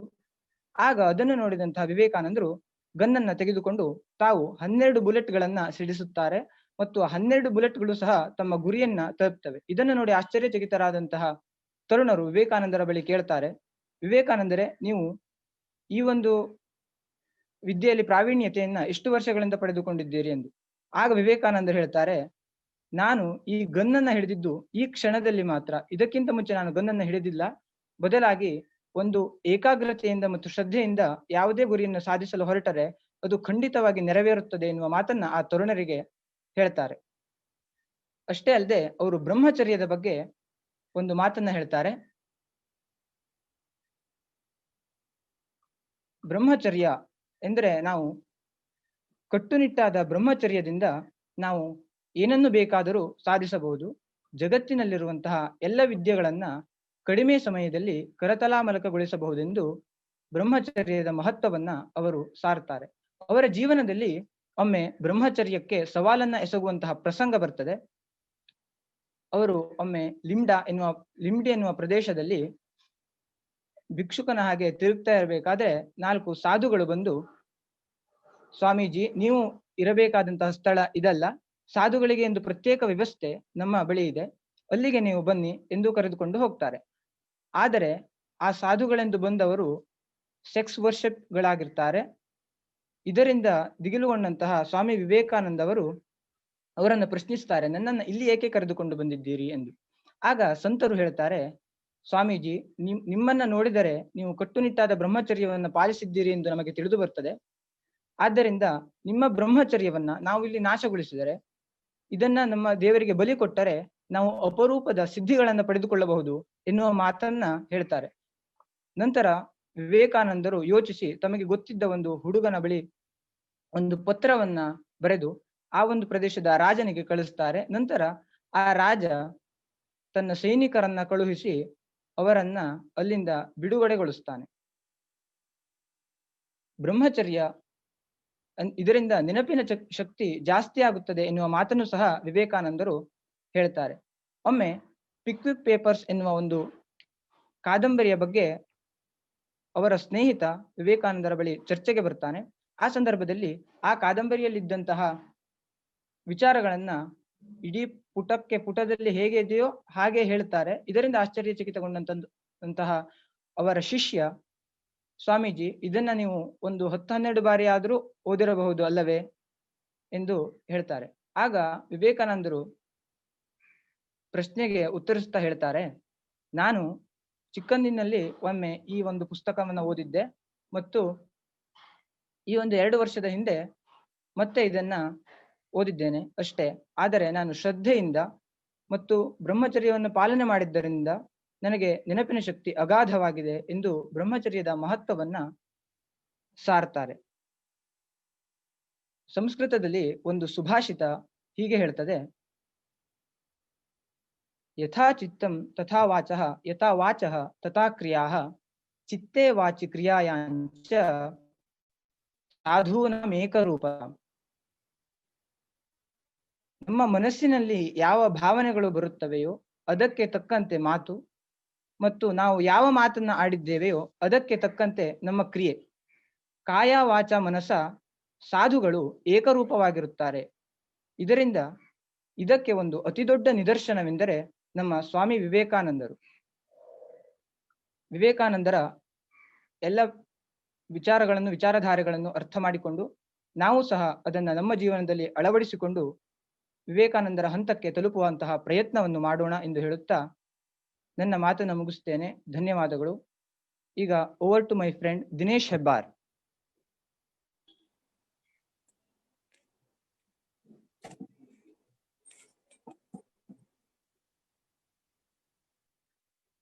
ಗುರು ಬ್ರಹ್ಮ ಗುರುರ್ ವಿಷ್ಣು ಗುರುದೇವೋ ಮಹೇಶ್ವರಃ ಗುರು ಸಾಕ್ಷಾತ್ ಪರಬ್ರಹ್ಮ ತಸ್ಮೈ ಶ್ರೀ ಗುರುವೇ ನಮಃ. ಸ್ವಾಮಿ ವಿವೇಕಾನಂದರ ಚಿಂತನೆಯನ್ನ ಆಲಿಸ್ಲಿಕ್ಕೆ ಈ ಒಂದು ವರ್ಚುವಲ್ ಸಭಾಂಗಣದಲ್ಲಿ ನೆರೆದಿರುವಂತಹ ಎಲ್ಲ ದೇಶಭಕ್ತ ಬಂಧುಗಳಿಗೂ ಕೂಡ ನನ್ನ ಅತ್ಯಂತ ಭಕ್ತಿಪೂರ್ವಕವಾದಂತಹ ನಮಸ್ಕಾರಗಳು. ಸ್ನೇಹಿತರೆ, ದ ವಿವೇಕಾನಂದ ಟ್ರೂ ಎಜುಕೇಟರ್ ಅನ್ನುವಂಥ ವಿಷಯದ ಕುರಿತು ನಾನಿನ್ ಮಾತಾಡ್ಬೇಕಾಗಿದೆ. ಆದ್ರೆ ವಿವೇಕಾನಂದರ ಕುರಿತು ಮಾತಾಡ್ಬೇಕು ಅಂತಂದ್ರೆ ಸ್ವಲ್ಪ ಕಷ್ಟದ ವಿಷಯ. ಯಾಕೆಂದ್ರೆ ರಾಮಾಯಣ ಮಹಾಭಾರತದಂತೆ ಪ್ರತಿಯೊಂದು ಮನೆಯಲ್ಲೂ ಮನದಲ್ಲೂ ವಿವೇಕಾನಂದರು ನೆಲೆಸ್ಬಿಟ್ಟಿದ್ದಾರೆ. ಹಾಗಾಗಿ ಅವರ ಬಗ್ಗೆ ಹೊಸತಾಗಿ ಏನನ್ನೂ ಹೇಳುವಂತಹ ಅವಶ್ಯಕತೆ ನಮಗೆ ಖಂಡಿತವಾಗಿಯೂ ಇಲ್ಲ. ಆದರೂ ಕೂಡ ಈ ಒಂದು ವಿಷಯದ ಬಗ್ಗೆ ನಾನು ಮಾತಾಡ್ಲಿಕ್ಕೆ ಇರೋದ್ರಿಂದ ಸ್ವಾಮಿ ವಿವೇಕಾನಂದರು ಶಿಕ್ಷಣದ ಬಗ್ಗೆ ಏನೆಲ್ಲ ಹೇಳಿದ್ದಾರೆ ಅನ್ನೋದಕ್ಕಿಂತ ಅವರ ಜೀವನ ನಮಗೆ ಹೇಗೆ ಶಿಕ್ಷಣವಾಗಿತ್ತು, ಅವರು ಹೇಳಿದ್ದನ್ನ ಹೇಗೆ ನಡೆದುಕೊಂಡು ತೋರಿಸಿದ್ರು ಅನ್ನೋದರ ಕುರಿತಾಗಿ ಒಂದಷ್ಟು ವಿಷಯಗಳನ್ನ ನಿಮ್ಮೊಂದಿಗೆ ಹಂಚಿಕೊಳ್ಳೋದಕ್ಕೆ ಇಷ್ಟಪಡ್ತೇನೆ ಸ್ನೇಹಿತರೆ. ಶಿಕ್ಷಣ ಅಂತಂದ್ರೆ ಅದೊಂದು ಆತ್ಮಿಕವಾದಂತಹ ಸ್ನಾನ ಇದ್ದ ಹಾಗೆ. ಅಂದ್ರೆ ಒಂದು ಸಾಮಾನ್ಯ ಜೀವಿಯನ್ನ, ಒಂದು ಸಾಮಾನ್ಯ ಪ್ರಾಣಿಯನ್ನ ಮಾನವನಾಗಿ ರೂಪಿಸುವಂತ ಪ್ರಕ್ರಿಯೆ ಇದ್ರೆ ಅದನ್ನ ನಾವು ಎಜುಕೇಶನ್ ಅಥವಾ ಶಿಕ್ಷಣ ಅಂತ ಕರಿತೇವೆ. ಆದ್ರೆ ಇವತ್ತಿನ ಶಿಕ್ಷಣ ಖಂಡಿತವಾಗಿಯೂ ಹಾಗಿಲ್ಲ. ಇವತ್ತಿನ ಶಿಕ್ಷಣ ನಮಗೆ ಮಕ್ಕಳೇ ನೀವು ಓದಿ ಅಂತ ಹೇಳೋದಿಲ್ಲ, ಮಕ್ಕಳೇ ನೀವು ಓಡಿ ಅಂತ ಹೇಳುತ್ತೆ. ನಾವು ಸಣ್ಣವರಿದ್ದಾಗ ಗ್ರೇಡ್ ನಿಂದ ಓಡ್ಬೇಕು, ಮಾರ್ಕ್ಸ್ ನಿಂದ ಓಡ್ಬೇಕು, ರ್ಯಾಂಕ್ಗೋಸ್ಕರ ಓಡ್ಬೇಕು, ಇನ್ನೇನು ಎಜುಕೇಶನ್ ಸ್ವಲ್ಪ ಮುಗಿತಾ ಬಂತು ಅಂತ ತಕ್ಷಣ ಜಾಬ್ ನಿಂದ ಓಡ್ಬೇಕು. ಓಡಿ ಜಾಬ್ ಹುಡ್ಕೊಂಡು ಮಗ ವಿದೇಶಿ ಆಗ್ತಾನೆ, ತಂದೆ ತಾಯಿ ಪರದೇಶಿ ಆಗ್ತಾರೆ. ಆದ್ರೆ ಮಾಡರ್ನ್ ಎಜುಕೇಶನ್ ಸಿಸ್ಟಮ್ ಅಲ್ಲಿ ಮತ್ತೊಂದು ತಪ್ಪು, ಎಜುಕೇಶನ್ ಮುಗೀತು ಅಂತ ನಾವು ಹೇಳ್ತೀವಿ. ಆದ್ರೆ ಸ್ವಾಮೀಜಿಯವರು ಅಂದೇ ಹೇಳಿದ್ರು, ಎಜುಕೇಶನ್ ಅನ್ನುವಂಥದ್ದು ಇದು ಯಾವುದೋ ಒಂದು ಹಂತದಲ್ಲಿ ಮುಗಿಯುವಂತದ್ದಲ್ಲ, ನಮ್ಮ ಕೊನೆಯ ಉಸಿರಿರೋವರೆಗೂ ಕೂಡ ನಾವು ಕಲಿತಾ ಇರುವಂತದ್ದನ್ನ ಶಿಕ್ಷಣ ಅಂತ ಕರೆದ್ರು ಅವರು. ಆದ್ರೆ ಇವತ್ತು ನಾವು ಸ್ವಾಮೀಜಿಯವರ ಚಿಂತನೆಯಿಂದ ಬಹುತೇಕವಾಗಿ ದೂರ ಬಂದು ಅವರು ಹೇಳಿದಂತಹ ಮಾತನ್ನ ಪರಿಪಾಲಿಸದೆ ನಾವು ಇವತ್ತು ಒಂದು ಅಧೋಗತಿಗೆ ತಲುಪಿದ್ದೀವಿ ಅಂತಂದ್ರೆ ತಪ್ಪಾಗ್ಲಿಕ್ಕಿಲ್ಲ ಸ್ನೇಹಿತರೆ. ಇಂತಹ ಸಂದರ್ಭದಲ್ಲಿ ಭಾರತವನ್ನ ವಿಶ್ವಗುರುವನ್ನಾಗಿ ಮಾಡುವಂತಹ ಜವಾಬ್ದಾರಿ ಇರುವಂತಹ ನಾವು ಸ್ವಾಮೀಜಿಯವರು ಶಿಕ್ಷಣದ ಬಗ್ಗೆ ಏನು ಹೇಳಿದ್ದಾರೆ ಅನ್ನುವುದನ್ನ ಅರ್ಥೈಸಿಕೊಂಡು ಅದನ್ನ ಪಾಲನೆಯನ್ನ ಮಾಡಿ ಭಾರತವನ್ನ ವಿಶ್ವಗುರುವತ್ತ ಸಾಗಿಸುವಂತ ಪ್ರಯತ್ನವನ್ನ ಮಾಡ್ಬೇಕಾಗಿದೆ ಸ್ನೇಹಿತರೆ. ಹಾಗಾಗಿ ಸ್ವಾಮೀಜಿಯವರು ಶಿಕ್ಷಣದ ಬಗ್ಗೆ ಏನು ಹೇಳಿದ್ದಾರೆ ಅಂತ ತಿಳಿದುಕೊಳ್ಳುವುದು ನಮ್ಮೆಲ್ಲರ ಕರ್ತವ್ಯ. ಸ್ವಾಮೀಜಿಯವರು ಶಿಕ್ಷಣದ ಡೆಫಿನೇಷನ್ ಅನ್ನು ಕೊಡ್ತಾ ತುಂಬಾ ಚಂದ ಹೇಳ್ತಾರೆ. ಅವ್ರು ಹೇಳ್ತಾರೆ, ಶಿಕ್ಷಣ ಅಂತಂದ್ರೆ ಯಾವ ಪ್ರಕ್ರಿಯೆ ಅಂತಂದ್ರೆ, ಯಾವ ಪ್ರಕ್ರಿಯೆ ಚಾರಿತ್ರ್ಯವನ್ನ ರೂಪಿಸುತ್ತೋ, ಯಾವ ಪ್ರಕ್ರಿಯೆ ನಮ್ಮ ಆತ್ಮವಿಶ್ವಾಸವನ್ನ ಹೆಚ್ಚಿಸುತ್ತೋ, ಯಾವ ಪ್ರಕ್ರಿಯೆ ನಮ್ಮ ಚಿಂತನೆಯನ್ನ ತೀಕ್ಷ್ಣಗೊಳಿಸುತ್ತೋ, ಯಾವ ಪ್ರಕ್ರಿಯೆ ನಮ್ಮಲ್ಲಿ ದೇಶಭಕ್ತಿಯನ್ನ ಹುಟ್ಟಿಸುತ್ತೋ ಆ ಪ್ರಕ್ರಿಯೆಯನ್ನ ಎಜುಕೇಶನ್ ಅಥವಾ ಶಿಕ್ಷಣ ಅಂತ ಕರಿಬಹುದು ಅಂತ ಅಂದ್ರು ಸ್ವಾಮೀಜಿ. ಹಾಗಾದ್ರೆ ಇಂತಹ ಶಿಕ್ಷಣವನ್ನ ಯಾರು ಬೇಕಾದ್ರೂ ಕೊಡ್ಬೋದಾ? ಖಂಡಿತವಾಗಿಯೂ ಇಲ್ಲ ಸ್ನೇಹಿತರೆ. ಸ್ವಾಮೀಜಿಯವರು ಹೇಳ್ತಾರೆ, ಇವತ್ತಿನ ಮಟ್ಟಿನಲ್ಲಿ ಯಾರನ್ನೂ ಕೂಡ ನಾವು ಟೀಚರ್ ಅಂತ ಕರೆಯೋದಿಕ್ಕೂ ಆಗೋದಿಲ್ಲ. ಯಾಕೆಂದ್ರೆ ಎಲ್ಲರೂ ಕೂಡ ಟ್ಯೂಟರ್ಸ್. ಯಾಕೆಂದ್ರೆ ಇವತ್ತಿನ ಶಿಕ್ಷಕರು ಎಕ್ಸೆಪ್ಷನ್ ಇರಬಹುದು, ಇವತ್ತಿನ ಶಿಕ್ಷಕರು ನಮಗೆ ಕೊಡ್ತಾ ಇರೋದು ಮಾಹಿತಿಯನ್ನ ಹೊರತು ಅವರು ನಮಗೆ ಶಿಕ್ಷಣವನ್ನ ಕೊಡ್ತಾ ಇಲ್ಲ. ಸ್ವಾಮೀಜಿಯವರು ಹೇಳಿದ್ದನ್ನ ನೆನಪು ಮಾಡ್ಕೊಳ್ಬೇಕು, ಯಾವುದು ನಮ್ಮ ಚಾರಿತ್ರ್ಯವನ್ನ ರೂಪಿಸುವಂತದ್ದು, ಯಾವುದು ನಮ್ಮ ಆತ್ಮವಿಶ್ವಾಸವನ್ನ ಬಲಗೊಳಿಸುತ್ತೆ ಅಂತ. ಹಾಗಾಗಿ ಸ್ವಾಮೀಜಿಯವರು ಅಂದೇ ಹೇಳಿದ್ರು, ಮಕ್ಕಳಿಗೆ ಶಿಕ್ಷಣವನ್ನ ಯಾರ ಹತ್ರ ಕೊಡಿಸ್ಬೇಕು? ಶಿಕ್ಷಣವನ್ನ ಆಚಾರ್ಯರ ಹತ್ತಿರ ಕೊಡಿಸಬೇಕು. ಹಾಗಾದ್ರೆ ಆಚಾರ್ಯರು ಅಂತಂದ್ರೆ ಯಾರು? ಇಂದು ನಾವು ಶಿಕ್ಷಕರಿಗೆ ಅಂದಿನ ಕಾಲದಲ್ಲಿ ಆಚಾರ್ಯರು ಅಂತ ಕರಿತಿದ್ದ ಅಲ್ಲ. ಸ್ವಾಮೀಜಿ ಹೇಳ್ತಾರೆ, ಆಚಾರ್ಯರು ಅಂತಂದ್ರೆ ಯಾರು ಅಂತಂದ್ರೆ, ಆಚಿನೋತಿ ಶಾಸ್ತ್ರಾರ್ಥಂ ಆಚರತೆ ಸ್ಥಾಪಯತ್ಯತಿ ಸ್ವಯಂ ಆಚರತೆ ಯಸ್ಮಾತ್ ತಮಾಚಾರ್ಯಂ ಪ್ರತ್ಯಕ್ಷತೆ ಅಂತ. ಅಂದ್ರೆ ಯಾರು ಎಲ್ಲ ಶಾಸ್ತ್ರಗಳನ್ನ ಓದಿ ಅರ್ಥ ಮಾಡಿಕೊಂಡಿದ್ದಾರೋ, ಬಾಹ್ಯಾಟ್ ಮಾಡಿ ಹೇಳೋದಲ್ಲ, ಯಾರು ಶಾಸ್ತ್ರಗಳನ್ನ ಓದಿ ಅರ್ಥ ಮಾಡಿಕೊಂಡಿದ್ದಾರೋ, ಅದನ್ನ ದಿನನಿತ್ಯದ ಜೀವನದಲ್ಲಿ ಪಾಲಿಸಿಕೊಂಡು ಹೋಗ್ತಾ ಇದ್ದಾರೋ, ಅದನ್ನ ಇನ್ನೊಬ್ಬರಿಗೆ ಅರ್ಥವಾಗುವಂತ ಬೋಧಿಸುವಂತ ತಾಕತ್ ಯಾರಿದೆಯೋ ಅವರು ಆಚಾರ್ಯ ಅಂತ. ಈಗ ನನ್ನ ಹಿಂದಿನ ಸ್ನೇಹಿತರು ಮಾತಾಡ್ತಾ ಹೇಳಿದ್ರು, ರಾಮಕೃಷ್ಣ ಪರಮಹಂಸರು 1 ತಿಂಗಳ ನಂತರ ಬೆಲ್ಲ ಬಿಡಿ ಅಂತ ಹೇಳಿದ್ರು. ಯಾಕೆ? ಅವರು ಅದನ್ನ ಅನುಸರಿಸಿಕೊಂಡು ಹೋದ್ರು, ನಂತರ ಇನ್ನೊಬ್ಬರಿಗೆ ಬೋಧಿಸಿದ್ರು. ಸ್ವಾಮೀಜಿ ಹೇಳಿದ್ದು ಅದನ್ನೇ, ಆಚಿನೋತಿ ಶಾಸ್ತ್ರಾರ್ಥಂ ಆಚರತೆ ಸ್ಥಾಪಯತ್ಯತಿ ಸ್ವಯಂ ಆಚರತೆ ಯಸ್ಮಾತ್. ನಾನು ಕೂಡ ನನ್ನ ಪಾಲಿಸಬೇಕು. ಅಂತಹ ಶಿಕ್ಷಕರಿಂದ, ಅಂತಹ ಆಚಾರ್ಯರಿಂದ ಮಕ್ಕಳಿಗೆ ಶಿಕ್ಷಣವನ್ನ ಕೊಡಿಸಿದರೆ ಅವರು ಮಾತ್ರ ಈ ದೇಶವನ್ನ ಬೆಳೆಸುವಂತ ಶಕ್ತಿಯಾಗಿ ಬೆಳೆದು ನಿಲ್ಬಹುದು ಅಂತ. ಹಾಗಾಗಿ ಸ್ವಾಮೀಜಿ ಹೇಳಿದಂತ ಈ ಡೆಫಿನೇಷನ್ ಅಲ್ಲಿರುವಂತ 3 ಹಂತಗಳನ್ನ ನೋಡೋಣ. ಮೊದಲನೆಯಾಗಿ ಅವರು ಹೇಳ್ತಾರೆ, ಚಾರಿತ್ರ್ಯವನ್ನ ರೂಪಿಸುವಂತ ಶಿಕ್ಷಣ ಬೇಕು. ಹಾಗಾದ್ರೆ ಚಾರಿತ್ರ್ಯ ಅಂದ್ರೆ ಏನು? ಸಚ್ಚಾರಿತ್ರ್ಯ ಅಂದ್ರೆ ಏನು? ಅವರು ಅವರ ಜೀವನದಲ್ಲಿ ನಡೆದು ತೋರಿಸ್ತಾರೆ. ಅವರು ಅಮೆರಿಕದಲ್ಲಿ ಇದ್ದಾಗ ಒಂದ್ ಬಾರಿ ಸ್ವಾಮೀಜಿಯವರು ಅಲ್ಲಿ ಹೋದ್ರು ಕೂಡ ನಮ್ಮ ಸಂಸ್ಕೃತಿಯನ್ನ ಬಿಟ್ಕೊಡ್ಲಿಲ್ಲ. ಇಂದಿನ ಕೆಲವರು $1 ಅಲ್ಲಿ 1 ನಯಾ ಸಂಬಳ ಬಂತು ಅಂತಂದ್ರೆ ಅವರು ಭಾರತದ ಸಂಸ್ಕೃತಿಯನ್ನೇ ಮರೆತು ಬಿಟ್ಟಿರ್ತಾರೆ. ಆದ್ರೆ ಸ್ವಾಮೀಜಿಗೆ ಅಮೆರಿಕದಲ್ಲಿ ರಾಜ ಮರ್ಯಾದೆ ಸಿಗ್ತಾ ಇದ್ರು ಕೂಡ ಅವರು ನಮ್ಮ ಸಂಸ್ಕೃತಿಯನ್ನ ಬಿಡ್ಲಿಲ್ಲ. ಅದು ಅವರ ಚಾರಿತ್ರ್ಯದಲ್ಲಿರುವಂತ ಶಕ್ತಿ. ಅವರು ಯಾವಾಗ್ಲೂ ಕೂಡ ಕಾವಿ ಬಟ್ಟೆಯನ್ನ ಧರಿಸಿಕೊಂಡು ಸಭೆ ಸಮಾರಂಭಗಳಿಗೆ ಹೋಗ್ತಾ ಇದ್ರಂತೆ. ಯಾರೋ ಒಬ್ರು ಬಂದ್ಕೊಂಡು ಕೇಳಿದ್ರು, ಎಂತ ದೊಡ್ಡ ವ್ಯಕ್ತಿ ಆದ್ರೂ ಲೇವಡಿ ಮಾಡೋಕೆ ಅಂತಾನೆ ಕೆಲವೊಬ್ರು ಇರ್ತಾರೆ, ಪ್ರಭು ಶ್ರೀರಾಮಚಂದ್ರನಿಗೆ ಒಬ್ಬ ಅಗಸ ಲೇವಡಿ ಮಾಡ್ಲಿಲ್ವೇ? ಹಾಗೆ ಸ್ವಾಮೀಜಿಯವರನ್ನ ಲೇವಡಿ ಮಾಡ್ಲಿಕ್ಕೆ ಕೆಲವೊಂದಷ್ಟು ಜನ ಬಂದಿದ್ರು. ಅವ್ರು ಬಂದ್ಕೊಂಡು ಕೇಳ್ತಾರಂತೆ, ಸ್ವಾಮೀಜಿ ಇಂತಹ ದೊಡ್ಡ ಸಭೆ ಇದು, ಎಲ್ಲ ಕೋಟು ಸೂಟು ಬೂಟುಗಳನ್ನ ಹಾಕೊಂಡು ಬಂದಿದ್ದಾರೆ, ನೀವು ನೋಡಿದ್ರೆ ಈ ಕಾವಿ ಬಟ್ಟೆಯಲ್ಲಿ ಬಂದ್ಬಿಟ್ಟಿದ್ದೀರಲ್ಲ ಅಂತ ಅಂದಾಗ, ಜಂಟಲ್ ಮ್ಯಾನ್ ಗಳ ಸಭೆ ಇದು, ನೀವಿಲ್ಲಿ ಹೀಗ್ ಬಂದ್ಬಿಟ್ಟಿದ್ದೀರಲ್ಲ ಅಂತ ಅಂದಾಗ ಸ್ವಾಮೀಜಿಯವರು ತಕ್ಷಣ ಒಂದು ಮಾತನ್ನ ಹೇಳ್ಬಿಡ್ತಾರೆ, in your culture cloth clothes make the gentleman, in our culture character makes the gentleman. ನಮ್ಮದರಲ್ಲಿ ಯಾರ ಚಾರಿತ್ರ್ಯ ಸೂಪರ್ ಆಗಿದೆಯೋ, ಯಾರ ಚಾರಿತ್ರ್ಯ ಶುದ್ಧವಾಗಿದೆಯೋ ಅಂತವರನ್ನ ನಾವು ಜೆಂಟಲ್ಮೆನ್ ಅಂತ ಕರಿತೀವಿ. ಹಾಗಾಗಿ ನನ್ನ ಚಾರಿತ್ರ್ಯ ಶುದ್ಧವಾಗಿರೋದಕ್ಕೆ, ಯಾರ ಚಾರಿತ್ರ್ಯ ಶುದ್ಧವಾಗಿರುತ್ತೋ ಅವರಿಗೆ ಬಟ್ಟೆಗಳಿಂದ ತಾವು ದೊಡ್ಡವರು ಅಂತ ಅಂದುಕೊಳ್ಳುವಂತ ಅವಶ್ಯಕತೆ ಖಂಡಿತವಾಗಿಯೂ ಬರೋದೇ ಇಲ್ಲ ಅಂತ. ಇದು ಸ್ವಾಮೀಜಿಯವರು ವಿದೇಶಿಗರ ನಾಡಿನಲ್ಲಿ ನಿಂತ್ಕೊಂಡು ಅವರ ಮುಖಕ್ಕೆ ಕೊಡ್ತಾ ಇದ್ದಂತಹ ಉತ್ತರಗಳು. ಅಂತಂದ್ರೆ ಅವರ ಆತ್ಮವಿಶ್ವಾಸ ಎಷ್ಟಿರ್ಬೋದು ಅಂತ ನಾವಿಲ್ಲಿ ತಿಳಿದುಕೊಳ್ಬಹುದು. ಅದರಲ್ಲೂ ಅವರ ಸ್ವಾಮೀಜಿಯವರ ಬ್ರಹ್ಮಚರ್ಯಕ್ಕೆ ಧಕ್ಕೆ ಬಂದಿದ್ದಂತಹ, ಅಂದ್ರೆ ಬರ್ತಾ ಇರುವಂತಹ ಸಂದರ್ಭವನ್ನ ನನ್ನ ಸ್ನೇಹಿತರ ವಿವರಿಸಿದ್ರು. ಇಂತಹದೇ ಮತ್ತೊಂದು ಘಟನೆ ಸ್ವಾಮೀಜಿಯವರ ಜೀವನದಲ್ಲಿ ನಡೆದಿತ್ತು. ಅವ್ರು ಹೇಳ್ತಾರೆ, ಸ್ವಾಮೀಜಿಯವ್ರ ಹತ್ರ ಅವಳ ಒಬ್ಳು ಭಕ್ತಿ ಬಂದ್ಕೊಂಡು ಹೇಳ್ತಾರೆ, ಸ್ವಾಮೀಜಿ ನನ್ಗೆ ನಿಮ್ಮನ್ನ ಮದ್ವೆ ಆಗ್ಬೇಕು ಅಂತ ಅನಿಸ್ತಾ ಇದೆ ಅಂತ. ಸ್ವಾಮೀಜಿಯವ್ರಿಗೆ ಆಶ್ಚರ್ಯ ಆಗುತ್ತೆ, ಏನಿದು ವಿದೇಶಿ ಮಹಿಳೆ ಬಂದ್ಕೊಂಡು ಹೀಗ್ ಕೇಳ್ತಾ ಇದ್ದಾಳಲ್ಲ ಅಂತಂದಾಗ ಅವ್ರು ಹೇಳ್ತಾರೆ, ಸ್ವಾಮೀಜಿ ನನಗೆ ನಿಮ್ಮಂತಹ ಒಬ್ಬ ಮಗ ಬೇಕು, ನನಗೆ ಹುಟ್ಟುವಂತ ಮಗ ನಿಮ್ಮಂತಹ ವ್ಯಕ್ತಿ ಆಗಿರ್ಬೇಕು, ಹಾಗಾಗಿ ನನಗೆ ನಿಮ್ಮನ್ನ ಮದುವೆ ಆಗ್ಬೇಕು ಅಂತ ಆಸೆ ಇದೆ, ದಯವಿಟ್ಟು ನನ್ನ ಮದುವೆ ಆಗ್ತೀರಾ ಅಂತ ಕೇಳಿದಾಗ ಸ್ವಾಮೀಜಿಯವರು ಅವರಿಗೆ ಕೈ ಮುಗಿದು ಹೇಳ್ಬಿಡ್ತಾರೆ, ನಾನ್ ನಿನ್ನನ್ನ ಮದುವೆ ಆಗಿ ನಮಗೆ ಹುಟ್ಟುವಂತ ಮಗು ನನ್ನಂತ ಚಾರಿತ್ರ್ಯವಂತನಾಗಿರ್ತಾನೋ ಇಲ್ವಾ ಅನ್ನುವಂಥದ್ದು ತುಂಬಾ ಸಮಯ ಬೇಕು. ಅದ್ರ ಬದಲು ಅಮ್ಮ ನನ್ನನ್ನೇ ನಿನ್ ಮಗ ಅಂತ ಅನ್ಕೊಂಡ್ಬಿಡು, ಆಯ್ತಲ್ಲ ಅಲ್ಲಿಗೆ ಅಂತ ಕೇಳ್ತಾರೆ. ಇದು ಸ್ವಾಮೀಜಿಯವರ ಮನಸ್ಸಿನಲ್ಲಿ ಇನ್ನೊಂದು ಸ್ತ್ರೀ ಬಗ್ಗೆ ಇದ್ದಂತಹ ಗೌರವ. ನಾವಿವತ್ತು ಪಠ್ಯ ಪುಸ್ತಕಗಳಲ್ಲಿ 100 ಪೇಜ್ಗಳನ್ನ ಬರಿಬಹುದು, ಆದ್ರೆ ಇಂತಹ ಜೀವನದಲ್ಲಿ, ಇಂತಹ ತನ್ನ ನಡೆ ನುಡಿಯಲ್ಲಿ ಸ್ವಾಮೀಜಿ ಸ್ತ್ರೀಯರಿಗೆ ಗೌರವನ್ನ ಹೇಗೆ ಕೊಡೋದು ಅಂತ ತೋರಿಸ್ಕೊಟ್ಬಿಟ್ಟಿದ್ರು. ಹಾಗೆ ನಾನು ಹೇಳಿದ್ದು, ಸ್ವಾಮೀಜಿಯವರ ಶಿಕ್ಷಣದ ಬಗ್ಗೆ ಏನ್ ಹೇಳಿದ್ರು ಅನ್ನೋದಕ್ಕಿಂತ ಸ್ವಾಮೀಜಿಯವರ ಜೀವನವೇ ನನಗೆ ಹೇಗೆ ಶಿಕ್ಷಣವಾಗಿತ್ತು ಅನ್ನೋದು ಇಲ್ಲಿ ಬಹಳ ಚಂದವಾಗಿರುತ್ತೆ. ನಾವಿವತ್ತು ಹೇಳ್ಬೋದು, ಎತ್ತರ ನಾರ್ಯಂತು ಪೂಜ್ಯಂತೆ ರಮಂತೆ ತತ್ರ ದೇವತಾ ಅಂತ ಪುಸ್ತಕದಲ್ಲಿ ಓದಿ ಅದನ್ನ ಎಕ್ಸಾಮ್ ಅಲ್ಲಿ ಬರೆದು ಮಾರನೇ ದಿವಸ ಮರಿಬಹುದು. ಆದ್ರೆ ಸ್ವಾಮೀಜಿ ಅದನ್ನ ದಿನನಿತ್ಯದ ಜೀವನದಲ್ಲಿ ನಡ್ಸ್ಕೊಂಡಿದ್ರಲ್ಲ, ಅದನ್ನ ನೋಡಿದಾಗಲ್ಲ ಅನ್ಸೋದು ಟ್ರೂ ಎಜುಕೇಟರ್ ಅಂತ ಯಾರಾದ್ರೂ ಇದ್ರೆ ಅದು ಸ್ವಾಮೀಜಿಯವರು ಮಾತ್ರ ಅಂತ. ಮುಂದೆ ಹೋಗ್ತಾ ಇದ್ದಾಗೆ ಅವ್ರು ಹೇಳ್ತಾರೆ, ಚಾರಿತ್ರ್ಯವನ್ನ ರೂಪಿಸುವಂತಹ, ಎರಡನೇದವ್ರು ಹೇಳ್ತಾರೆ ಆತ್ಮವಿಶ್ವಾಸವನ್ನ ವೃದ್ಧಿಸುವಂತದ್ದು ಶಿಕ್ಷಣ ಅಂತ. ಇವತ್ತು ನಾವು ಎಜುಕೇಟೆಡ್ ಪೀಪಲ್ ಅನ್ನ ನೋಡ್ತೇವೆ, ಆದ್ರೆ ಟೈಮ್ಸ್ ಆಫ್ ಇಂಡಿಯಾ ಇತ್ತೀಚೆಗೆ ಒಂದು ವರದಿಯನ್ನ ಬಿಟ್ಟಿತ್ತು. ಭಾರತದಲ್ಲಿ ಪ್ರತಿ ವರ್ಷಕ್ಕೆ 9,000 ಗ್ರಾಜುಯೇಟೆಡ್ ಅಂದ್ರೆ ಮಾಸ್ಟರ್ ಡಿಗ್ರಿಯನ್ನ ಕಂಪ್ಲೀಟ್ ಮಾಡಿರುವಂತಹ ವಿದ್ಯಾರ್ಥಿಗಳು ಡಿಪ್ರೆಷನ್ಗೆ ಹೋಗಿ ಸೂಸೈಡ್ ಮಾಡ್ಕೊಳ್ತಾ ಇದ್ದಾರೆ, ಆತ್ಮಹತ್ಯೆ ಮಾಡ್ಕೊಳ್ತಿದ್ದಾರೆ. ಅಂತಂದ್ರೆ ನಾವು ಕೊಡ್ತಾ ಇರುವಂತ ಶಿಕ್ಷಣ ಎಂತದ್ದು ಅವರಿಗೆ? ನಮ್ಮನ್ನ ನಾವು ಪ್ರಶ್ನೆ ಮಾಡಿಕೊಳ್ಳುವಂತ ಸಂದರ್ಭ ಇದು ಸ್ನೇಹಿತರೆ. ಶಿಕ್ಷಣದಲ್ಲಿ ನಾವು ಅವರಿಗೆ ಆತ್ಮವಿಶ್ವಾಸವನ್ನ ಏಳಿಸುವಂತಹ, ಆತ್ಮವಿಶ್ವಾಸವನ್ನ ಪ್ರಬಲಗೊಳಿಸುವಂತಹ ಶಿಕ್ಷಣವನ್ನ ಕೊಡ್ತಾ ಇಲ್ಲ ಅಂತಂದ್ರೆ ನಮ್ಮ ಸೋಕಾಲ್ಡ್ ಎಜುಕೇಶನ್ ಮೋಟೋ ಏನು ಹಾಗಿದ್ರೆ?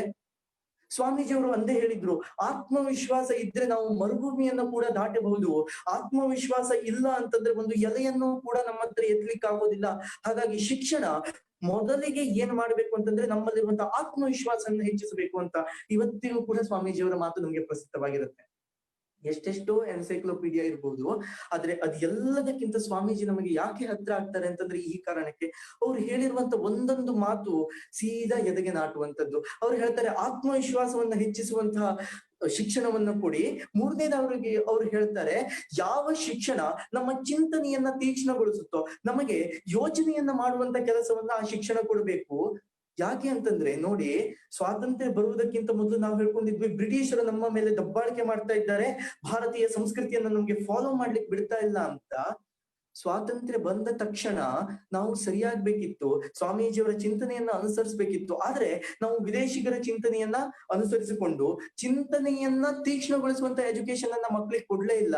ಅದಕ್ಕೆ ಸ್ವಾತಂತ್ರ್ಯ ಬಂದ ನಂತರ ಇವತ್ತಿಗೂ ಕೂಡ ವಿಜ್ಞಾನ ವಿಭಾಗದಲ್ಲಿ ಭಾರತಕ್ಕೆ ಒಂದೇ ಒಂದು ನೋಬೆಲ್ ಕೂಡ ಇಲ್ಲ. ಯಾಕೆ?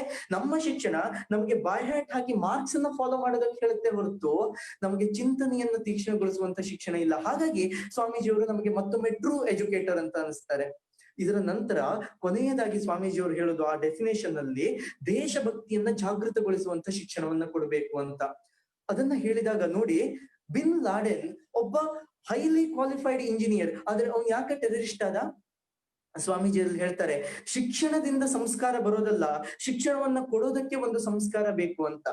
ಆ ಸಂಸ್ಕಾರ ಇಲ್ಲದೆ ಇರುವವನಿಗೆ ನಾವು ಶಿಕ್ಷಣ ಕೊಟ್ರೆ ನಾವು ಎಜುಕೇಟೆಡ್ ಟೆರರಿಸ್ಟ್ ಅನ್ನ ತಯಾರು ಮಾಡ್ತಾ ಇದ್ದಾಗೆ. ಅಂತ ಸಂಸ್ಕಾರವನ್ನ ಕೊಡಬೇಕು ಅಂತ ಸ್ವಾಮೀಜಿಯವರು ಹೇಳಿದ್ರು. ಸಮಯ ಆಗ್ತಾ ಬಂತು, ಕೊನೆಯದಾಗಿ ಮುಗಿಸ್ತೇನೆ. ಅಂತಹ ಶಿಕ್ಷಣವನ್ನ ನಾವು ಅವರಿಗೆ ಕೊಡಬೇಕು. ಆ ಶಿಕ್ಷಣ ಇಲ್ಲದೆ ಇದ್ರೆ ಏನಾಗುತ್ತೆ ಅಂತಂದ್ರೆ, ಸಂಸ್ಕಾರ ಇಲ್ಲದೆ ಇರುವವರಿಗೆ ಶಿಕ್ಷಣವನ್ನ ಕೊಟ್ರೆ ಏನಾಗುತ್ತೆ ಅಂತಂದ್ರೆ, ಯಾವ ಚಾಕುವಿನಿಂದ ನಾವು ಹಣ್ಣನ್ನ ಕಟ್ ಮಾಡ್ಬೋದು, ಅದರಲ್ಲಿ ಕೊಲೆಯನ್ನು ಕೂಡ ಮಾಡ್ಬೋದು. ಅದನ್ನ ಹೇಗೆ ಬಳಸಿಕೊಳ್ಳಬೇಕು ಆ ಶಿಕ್ಷಣವನ್ನ, ಜ್ಞಾನವನ್ನ ಅನ್ನುವಂಥದ್ದು ಸಂಸ್ಕಾರದಿಂದ ತಿಳಿಯುವಂಥದ್ದು. ಹಾಗಾಗಿ ಸ್ವಾಮೀಜಿಯವರು ಹೇಳ್ತಾರೆ, ಶಿಕ್ಷಣವನ್ನ ಯಾರಿಗೆ ಕೊಡ್ತೀವೋ ಅವರಿಗೆ ಸಂಸ್ಕಾರವನ್ನ ಮೊದಲು ರೂಪಿಸಬೇಕು ಅಂತ. ಅಂತಹ ಸಂಸ್ಕಾರವಂತ ಯುವಕರು ಇದ್ರೆ ಮಾತ್ರ ಈ ದೇಶ ವಿಶ್ವಗುರುವಾಗ್ಲಿಕ್ಕೆ ಸಾಧ್ಯ ಸ್ನೇಹಿತರೆ. ಅದು ಇಲ್ಲದೆ ಇದ್ರೆ, ಭಾರತದಲ್ಲಿ ಜಗತ್ತಿನಲ್ಲಿ ಅತಿ ಹೆಚ್ಚು ಯುವಕರನ್ನ ಹೊಂದಿದಂತ ರಾಷ್ಟ್ರ ಯಾವ್ದಾದ್ರು ಇದ್ರೆ ಅದು ನಮ್ಮ ಭಾರತ. ಆದ್ರೆ ಈ ಸಂಸ್ಕಾರ ಇಲ್ಲದೆ ಇರುವಂತಹ ಯುವಕರಿಗೆ ಇರುವಂತ, ಫಾರ್ ಎಕ್ಸಾಂಪಲ್ ಕೇರಳ ಅತಿ ಹೆಚ್ಚು ಎಜುಕೇಟೆಡ್ ಪೀಪಲ್ ಇರುವಂತ ರಾಜ್ಯ, ಆದ್ರೆ ಅತಿ ಹೆಚ್ಚು ಐಸಿಸ್ಗೆ ಸೇರುವಂತ ಯುವಕರು ಹೊಂದಿರುವುದನ್ನು ಕೂಡ ಕೇರಳದಲ್ಲೇ. ದಯವಿಟ್ಟು ನಾನು ರಾಜ್ಯವನ್ನ ಅವಮಾನ ಮಾಡ್ತಾ ಇಲ್ಲ, ಇದು ಒಂದು ವಾಸ್ತವ ಸತ್ಯ ಅಷ್ಟೇ. ಅಂದ್ರೆ ಎಜುಕೇಶನ್ ಇಂದ ಸರ್ವೂ ಸಾಧ್ಯವಲ್ಲ, ಸಂಸ್ಕಾರ ಇರಬೇಕು. ಅಂತಹ ಸಂಸ್ಕಾರ ಇಲ್ಲದಂತಹ ಯುವಕರನ್ನು ಹೊಂದಿಕೊಂಡು ನಾವು 70% ಯುವಕರನ್ನು ಹೊಂದಿದ್ದೇವೆ ಅಂತ ಗರ್ವ ಪಡ್ತಾ ಇದ್ದೇವೆ ಅಂತಂದ್ರೆ, ಅದು ಮುಳುಗ್ತಾ ಇರುವಂತಹ ಟೈಟಾನಿಕ್ ನಲ್ಲಿ ನಮಗೆ ಅಯ್ಯೋ ವಿಂಡೋ ಸೀಟ್ ಸಿಕ್ಕಿದೆ ಅಂತ ಖುಷಿ ಪಟ್ಟಾಗೆ ಸ್ನೇಹಿತರೆ, ಅದರಿಂದ ಯಾವ ಪ್ರಯೋಜನವೂ ಇಲ್ಲ. ಹಾಗಾಗಿ ಸಂಸ್ಕಾರವಂತ ಯುವ ಜನತೆಯನ್ನ ನಾವು ತಯಾರು ಮಾಡುವಂತಹ ಕಾರ್ಯ ನಮ್ಮ ಮುಂದಿದೆ. ಇದನ್ನ ನೆನಪಿಸ್ಕೊಂಡಾಗ ನನಗೆ ಕವಿ ದಿವಂಗತ ಶಿವರಾಮ್ ಕಾರಂತರ ಒಂದು ಕವಿತೆ ನೆನಪಾಗುತ್ತೆ. ಅವರು ಹೇಳ್ತಾರೆ, 3 ಸಾಗರ 100 ಮಂದಿರ ದೈವ ಸಾಸಿರವಿದ್ದರೆ, ಗಂಗೆ ಇದ್ದರೆ ಸಿಂಧುವಿದ್ದರೆ ಗಿರಿ ಹಿಮಾಚಲವಿದ್ದರೆ, ವೇದವಿದ್ದರೆ ಜ್ಞಾನವಿದ್ದರೆ ಗಣ ಪರಂಪರೆ ಇದ್ದರೆ, ಏನು ಸಾರ್ಥಕ ಮನೆಯ ಜನರೇ ಮಲಗಿ ನಿದ್ರಿಸುತ್ತಿದ್ದರೆ. ನಮ್ಮ ಹತ್ರ ಎಲ್ಲ ಸಂಪತ್ತಿದೆ, ಇರುವುದು ಸಂಪತ್ತಲ್ಲ, ಇರುವುದನ್ನ ಅರಿಯುವುದು ಸಂಪತ್ತು. ನಮ್ಮ ಹತ್ರ ವಿವೇಕಾನಂದರಿದ್ದಾರೆ, ರಾಮಕೃಷ್ಣ ಪರಮಹಂಸರಿದ್ದಾರೆ, ಎಂತೆಂತಹ ಮಹಾನುಭಾವರಿದ್ದಾರೆ.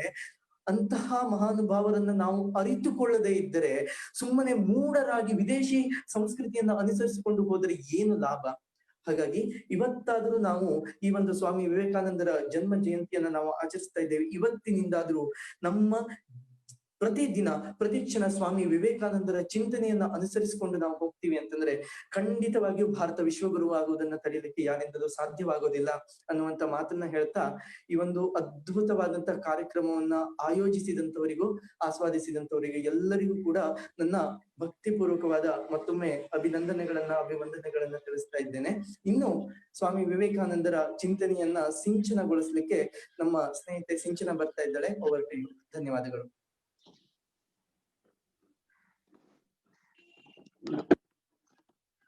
ಓಂ ನಮಃ ಶ್ರೀ ಯತಿರಾಜಾಯ ವಿವೇಕಾನಂದ ಸುರೇ ಸಚ್ಚಿತ್ ಸುಖ ಸ್ವರೂಪಾಯ ಸ್ವಾಮಿನೇತಾಪಹಾರಿಣಿ. ಎಲ್ಲರಿಗೂ ನನ್ನ ನಮಸ್ಕಾರಗಳು. ನಾನು ಸಿಂಚನ, ನ್ಯಾಷನಲ್ ಇನ್ಸ್ಟಿಟ್ಯೂಟ್ ಆಫ್ ಇಂಜಿನಿಯರಿಂಗ್ ಮೈಸೂರಿನಲ್ಲಿ ಇಂಜಿನಿಯರಿಂಗ್ ವಿದ್ಯಾಭ್ಯಾಸವನ್ನ ಮಾಡ್ತಿದ್ದೇನೆ. ಹಾಗೆ ಶ್ರೀ ಚಕ್ರವರ್ತಿ ಸೂಲಿಬೆಲೆಯವರ ಮಾರ್ಗದರ್ಶನದಲ್ಲಿ ಮುನ್ನಡೆಯುತ್ತಿರುವಂತಹ ಸೋದರಿ ನಿವೇದಿತಾ ಪ್ರತಿಷ್ಠಾನದ ಮಂಡ್ಯ ವಿಭಾಗದಲ್ಲಿ ಕಾರ್ಯಕರ್ತೆಯಾಗಿ ಸಾಮಾಜಿಕ ಜೀವನದಲ್ಲೂ ಕೂಡ ತೊಡಗಿಕೊಂಡಿದ್ದೇನೆ. Strength is life, weakness is death. Independence is virtue, dependence is sin. The history of the world is the history of few men and women who believed in themselves. Be a hero, always say I have no fear. ಹೀಗೆ ಸ್ವಾಮಿ ವಿವೇಕಾನಂದರು ತಮ್ಮ ಜೀವನ ಪರ್ಯಂತ ಸನ್ಯಾಸ ಧರ್ಮದ ಹಾಗೆ ಒಂದು ಶ್ರೇಷ್ಠ ಆದರ್ಶವಾದ ನಿರ್ಭೀತಿಯ ಬದುಕಿನ ಧರ್ಮವನ್ನು ಕೂಡ, ಹಾಗೆ ದೇಶಭಕ್ತರ ಒಂದು ಧರ್ಮವನ್ನು ಕೂಡ ನಮಗೆಲ್ಲರಿಗೂ ಕೂಡ ಅವ್ರ ಜೀವನದಲ್ಲಿ ಒಂದು ಸಂದೇಶವಾಗಿ ನೀಡಿದ್ದಾರೆ. ಇಂದು ನಾನು ಸ್ವಾಮೀಜಿಯ ಹಾಗೂ ಅವರ ಪ್ರೀತಿಯ ಶಿಷ್ಯೆಯಾದ ಸೋದರಿ ನಿವೇದಿತಾ ಅವರ ಒಂದು ಬಾಂಧವ್ಯದ, ಗುರು ಶಿಷ್ಯರ ಬಾಂಧವ್ಯದ ಬಗ್ಗೆ ಮಾತನಾಡಲು ಹೊರಟಿದ್ದೇನೆ. ನಮಗೆಲ್ಲರಿಗೂ ತಿಳಿದಿದೆ, ಸ್ವಾಮಿ ವಿವೇಕಾನಂದರು ಯಾರ ಒಂದು ವ್ಯಕ್ತಿಯ ಒಂದೇ ಒಂದು ಹೆಸರಿಗೆ ಇಂದಿಗೂ ಕೂಡ ಭಾರತದಲ್ಲಿ ಕೋಟ್ಯಾಂತರ ಜನ ಬೀದಿಗಿಳಿದು ಸಾಮಾಜಿಕ ಸೇವೆಯನ್ನ ಮಾಡಲು ತೊಡಗಿಕೊಳ್ತಾರೆ.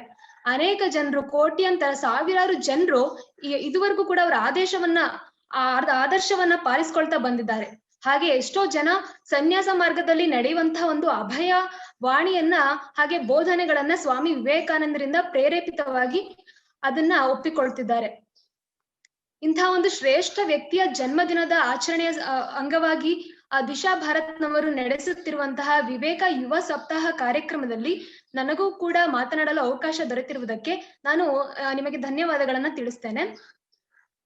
ಸೋದರಿ ನಿವೇದಿತಾ ಅವರು ಸ್ವಾಮಿ ವಿವೇಕಾನಂದರನ್ನ ಮೊದಲ ಉಪನ್ಯಾಸದಲ್ಲಿ ಅವರ ಚಿಂತನೆಗಳನ್ನ ಕೇಳ್ದಾಗ್ಲೇ ಅವರು ಅಷ್ಟೊಂದು ಆಕರ್ಷಿತವಾಗಿರ್ತಾರೆ. ಹಾಗೇನೆ ಅವ್ರ ಉಪನ್ಯಾಸದ ಬಗ್ಗೆ ಬರ್ಕೊಳ್ತಾರೆ. ಈ ವ್ಯಕ್ತಿ ಹೇಳಿದ್ರಲ್ಲಿ ಒಂದು ಕೂಡ ಹಳೇದಿಲ್ವೇ ಇಲ್ಲ, ಎಷ್ಟು ಒಂದು ಸತ್ಯ ಬಗ್ಗೆ ವಿವೇಕಾನಂದರು ಒಂದು ಮಾತಾಡಿರ್ತಾರೆ. ಅಂದಿನಿಂದಲೇ ಅವರಿಗೆ ಈ ವ್ಯಕ್ತಿಯ ಬಳಿ ನನ್ನ ಎಲ್ಲಾ ಸಂದೇಹಗಳಿಗೆ ಉತ್ತರ ಇರಬಹುದು ಅಂತ ಅವ್ರಿಗೆ ತಿಳಿಯುತ್ತೆ. ಯಾಕಂದ್ರೆ ನಿವೇದಿತಾ ಅವರು ಮೊದಲೇ ಹಲವಾರು ರೀತಿಯ ಒಂದು ಸಮಸ್ಯೆಗಳಿಗೆ ತುತ್ತಾಗಿ ಜೀವನದಲ್ಲಿ ತುಂಬಾ ನೊಂದಿರ್ತಾರೆ. ಇದರಿಂದ ಅವ್ರಿಗೆ ಸ್ವಾಮಿ ವಿವೇಕಾನಂದರಂತಹ ಗುರುಗಳು ಸಿಕ್ಕಾಗ ಅವ್ರಿಗೆ ತುಂಬಾ ಆಶಾದಾಯಕವಾಗಿ ಅವರ ಬದುಕು ಕಾಣುತ್ತೆ. ಆದ್ದರಿಂದ ಅವರು ಪ್ರತಿ ಉಪನ್ಯಾಸಕ್ಕೂ ತಪ್ಪದೇ ಹಾಜರಾಗ್ತಿರ್ತಾರೆ. ಯಾವಾಗ ಈ ರೀತಿ ಹೆಚ್ಚು ಆಕರ್ಷಿತವಾಗಿ ವಿವೇಕಾನಂದರ ತತ್ವಗಳನ್ನ ಆಕೆ ಅನುಸರಿಸುತ್ತಾ ಇವರೇ ನನ್ನ ಗುರುವಾಗಲು ಶ್ರೇಷ್ಠ ವ್ಯಕ್ತಿ, ಈ ಗುರುವಿನ ಬಳಿಯೇ ನನ್ನ ಎಲ್ಲಾ ಸಂದೇಹಗಳಿಗೆ ಒಂದು ಉತ್ತರ ಇದೆ ಅನ್ನೋದನ್ನ ಕಂಡ್ಕೊಳ್ತಾರೋ, ಆಗ ನಿವೇದಿತಾರು ನಾನು ನನ್ನ ಗುರುದೇವನ ಸೇವೆಗಾಗಿ ಅವರ ತಾಯ್ನಾಡಿಗೆ ಭಾರತ ಭವ್ಯ ಭೂಮಿಗೆ ನಾನು ಹೋಗ್ಬೇಕು, ಅಲ್ಲಿನ ಜನರ ಸೇವೆಯನ್ನ ಮಾಡ್ಬೇಕು ಅಂತ ಅವ್ರು ಅನ್ಕೊಳ್ತಾರೆ. ಆದ್ರೆ ವಿವೇಕಾನಂದರು ಅವರನ್ನ ಮೊದಲನೇ ಬಾರಿಗೆನೆ ಭಾರತಕ್ಕೆ ಕರ್ಕೊಂಡ್ ಬರಲ್ಲ. ಆದ್ರೆ ಭಾರತದಿಂದಾನೇ ಅವರಿಗೆ ಪತ್ರಗಳನ್ನ ಬರೀತಿರ್ತಾರೆ. ಅಂದ್ರೆ ಈ ಭಾರತ ಹೇಗಿದೆ, ಭಾರತದ ವೈಭವದ ಇತಿಹಾಸದ ಕಥೆಗಳನ್ನ, ಹಾಗೆ ಭಾರತೀಯರ ಸೇವೆ ಮಾಡುವುದು ಎಷ್ಟು ಒಂದು ಆ ಸೌಲಭ್ಯ ಹಾಗೆ ಒಂದು ಸೌಭಾಗ್ಯವಾದ ವಿಷಯ ಅನ್ನೋದನ್ನ ಅವರು ಹೇಳ್ತಿರ್ತಾರೆ. ಇದರಿಂದ ನಿವೇದಿತಾ ಅವರಿಗೆ ನಾನು ಹೋಗ್ಲೇಬೇಕು, ನನ್ನ ಜೀವನದಲ್ಲಿ ಒಮ್ಮೆ ಆದ್ರೂ ಭಾರತದಂತಹ ಶ್ರೇಷ್ಠ ನಾಡಿಗೆ ನಾನು ಹೋಗ್ಬೇಕು, ಅಲ್ಲಿನ ಜನರ ಸೇವೆಯನ್ನ ಮಾಡ್ಬೇಕು, ನನ್ನ ಗುರುದೇವನ ಸೇವೆಯನ್ನ ಮಾಡ್ಬೇಕು, ಹೀಗೆ ಅನೇಕ ಪ್ರೇರಕ ಅಂಶಗಳು ಅವರಲ್ಲಿ ಬಂದು ನಾನು ಹೋಗ್ಲೇಬೇಕು ಭಾರತಕ್ಕೆ ಅಂತ ಅವರು ನಿರ್ಧರಿಸ್ತಾರೆ. ಆಗ ವಿವೇಕಾನಂದರಿಗೆ ಅವರು ಅಷ್ಟೊಂದು ಒತ್ತಾಯದ ಪತ್ರಗಳನ್ನ ಬರೆದಾದ್ಮೇಲೆ ವಿವೇಕಾನಂದರು ಒಂದಿನ ಅವ್ರಿಗೆ ಪತ್ರವನ್ನ ಬರೀತಾರೆ.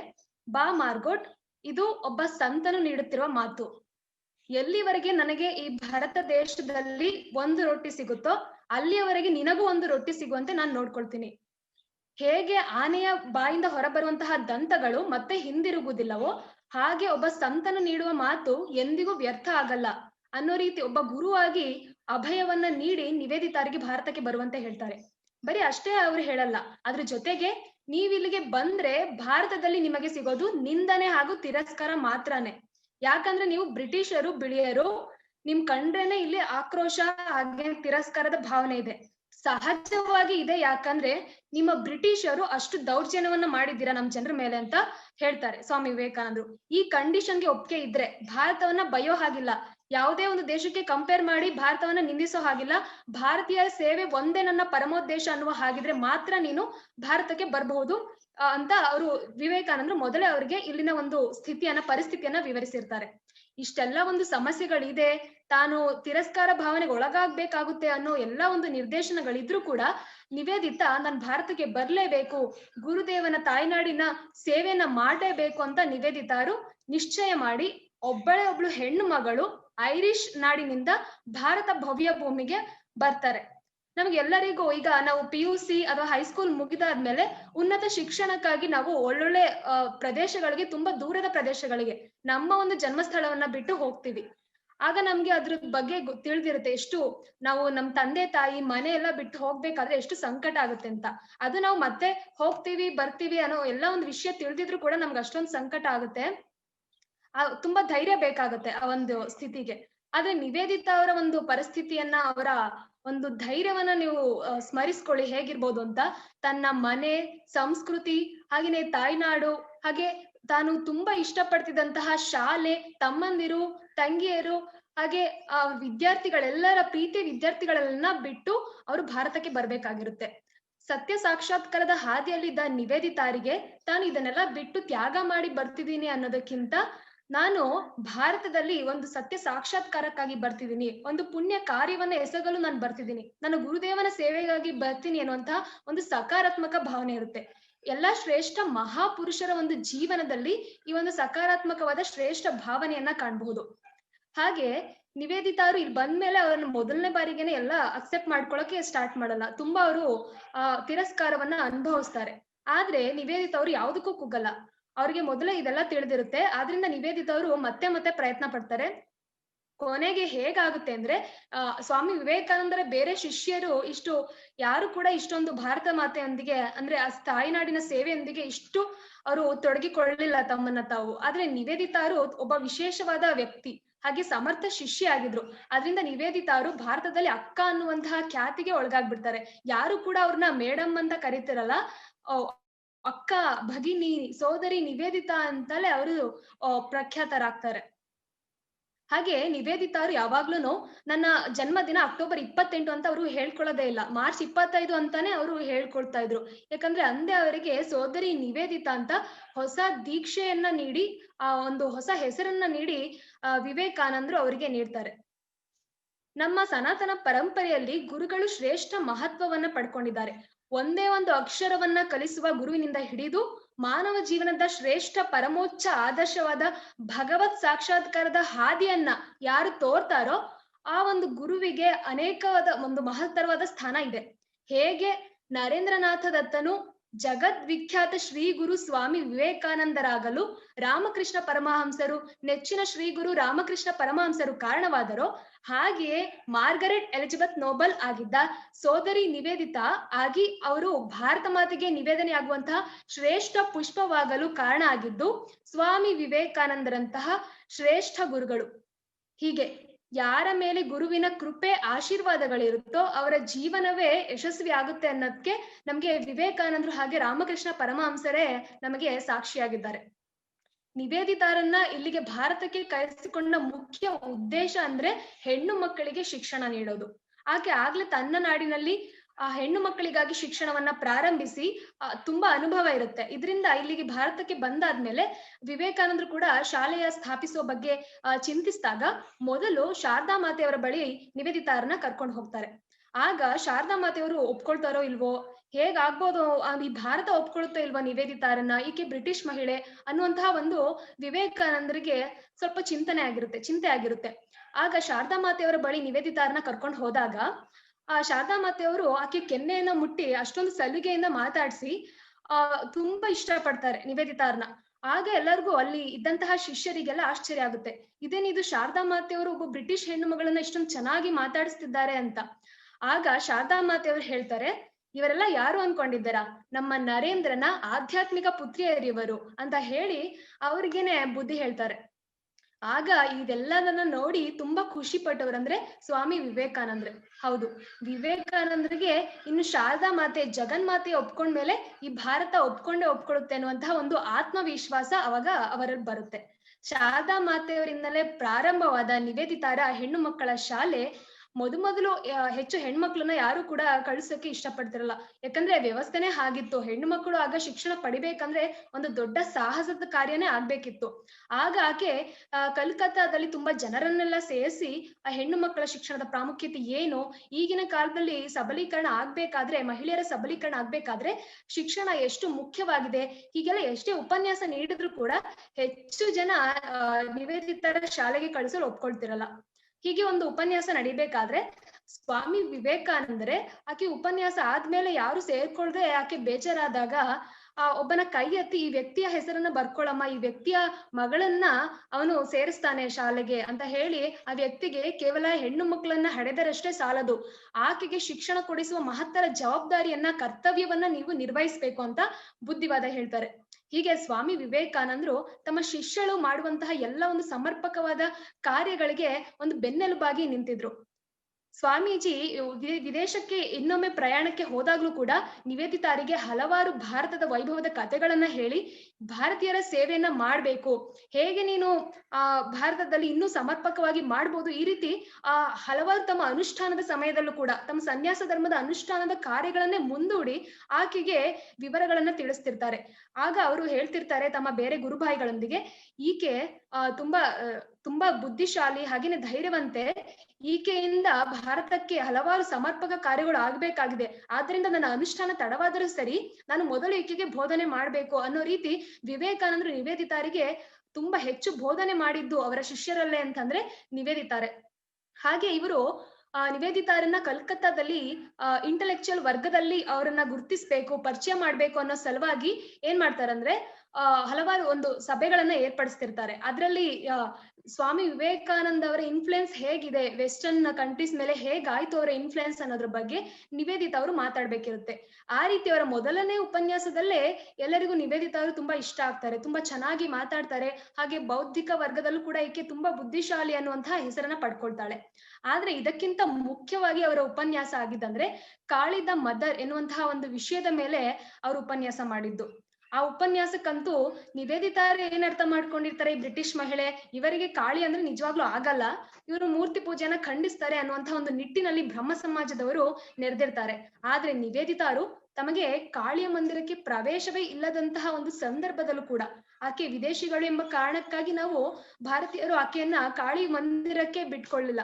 ಆದ್ರೆ ನಿವೇದಿತಾರು ಕಾಳಿಯನ್ನ ಎಷ್ಟು ಹೆಚ್ಚು ಭಾರತೀಯರ ತರನೇ ಅವರಿಗಿಂತ ಹೆಚ್ಚಾಗೇನೆ ಅವರು ಕಾಳಿಯನ್ನ ಭಕ್ತಿಯಿಂದ ಅವರು ಪೂಜಿಸ್ತಿರ್ತಾರೆ. ಆಗ ಅಂದು ಅವರು ಉಪನ್ಯಾಸ ಮಾಡಿದ್ದು ಹಲವರಿಗೆ ಒಂದು ನಿರ್ದೇಶನ ಪ್ರಾಯವಾಗುತ್ತೆ. ಹಾಗೆ ಬ್ರಹ್ಮ ಸಮಾಜದ ಕೋಪಕ್ಕೂ ಕೂಡ ತುತ್ತಾದ್ರೂ ಕೂಡ, ಎಷ್ಟೇ ವಿರೋಧ ಆದ್ರೂ ಕೂಡ ನಿವೇದಿತಾರು ಕಾಳಿ ಪೂಜೆಯನ್ನ ನಿಲ್ಲಿಸಲ್ಲ. ಹಾಗೆ ಕಾಳಿಯ ಬಗ್ಗೆ ಅಷ್ಟು ಲೇಖನಗಳು, ಪುಸ್ತಕಗಳನ್ನ ಅವರು ಬರ್ದಿರ್ತಾರೆ. ಹೀಗೆ ಅವರು ಅನೇಕ ಬಾರಿ ಕಾಳಿಯ ಬಗ್ಗೆನೇ ಉಪನ್ಯಾಸ ಮಾಡ್ತಾರೆ. ಅವರು ಜೀವನ ಪರ್ಯಂತ ಕಾಳಿಯ ಒಂದು ಶ್ರೇಷ್ಠ ಭಕ್ತಿಯಾಗಿ ಅವರ ಜೀವನದಲ್ಲಿ ನಡ್ಕೊಂಡಿದ್ದಾರೆ. ಹಾಗೆ ಅವರ ಒಂದು ಗುರುದೇವನ ಭಕ್ತಿ ಎಲ್ಲಿವರೆಗೂ ಇತ್ತು ಅಂತ ತಿಳ್ಕೊಬೇಕಾದ್ರೆ, ಒಮ್ಮೆ ಅವರು ರವೀಂದ್ರನಾಥ ಟಾಗೋರ್ ಅವರ ಮನೆಯಲ್ಲಿ ಚರ್ಚೆ ಕುಳಿತಿದ್ದಾಗ ಸ್ವಾಮಿ ವಿವೇಕಾನಂದರು ಒಮ್ಮೆ ಅವ್ರನ್ನ ನೆನಪಿಸ್ಕೊಂಡ್ರು ಅಂತ ಯಾರೋ ಬಂದು ಹೇಳ್ತಾರೆ, ಹೀಗೆ ನೆನಪಿಸ್ಕೊಳ್ತಿದ್ದಾರೆ ಅಂತ. ಆಗಿನ ಕಾಲಕ್ಕೆ ರವೀಂದ್ರನಾಥ್ ಠಾಗೂರ್ ಅವರು ಅತ್ಯಂತ ಪ್ರಸಿದ್ಧ ವ್ಯಕ್ತಿ ಆಗಿದ್ರು.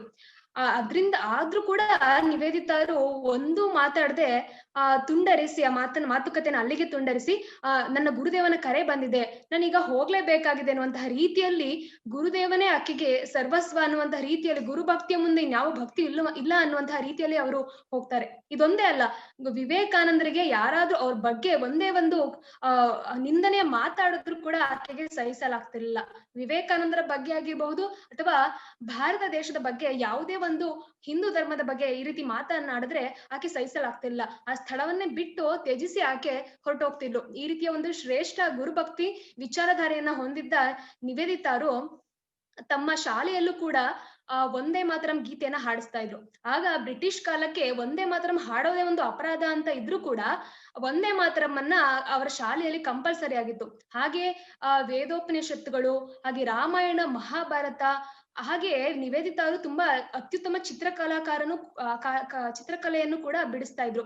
ಭಾರತೀಯ ಚಿತ್ರಕಲೆಗೆ ಆಕೆ ಹೆಚ್ಚು ಪ್ರೋತ್ಸಾಹವನ್ನ ಕೂಡ ಕೊಟ್ರು. ಹಾಗೇನೆ ಅವರು ತಮ್ಮ ಹಲವಾರು ಚಿತ್ರಕಲೆಗಳಾಗಿರಬಹುದು, ಕಾದಂಬರಿಗಳಲ್ಲಿ ಭಾರತೀಯತೆಯ ಒಂದು ಹಿಂದೂ ಧರ್ಮವನ್ನ ಆಚರಣೆಗಳನ್ನ ಸೂಕ್ಷ್ಮವಾಗಿ ಗಮನಿಸಿ ಹಾಗೆ ತಮ್ಮ ಪುಸ್ತಕಗಳಲ್ಲಿ ದಾಖಲಿಸಿದ್ದಾರೆ.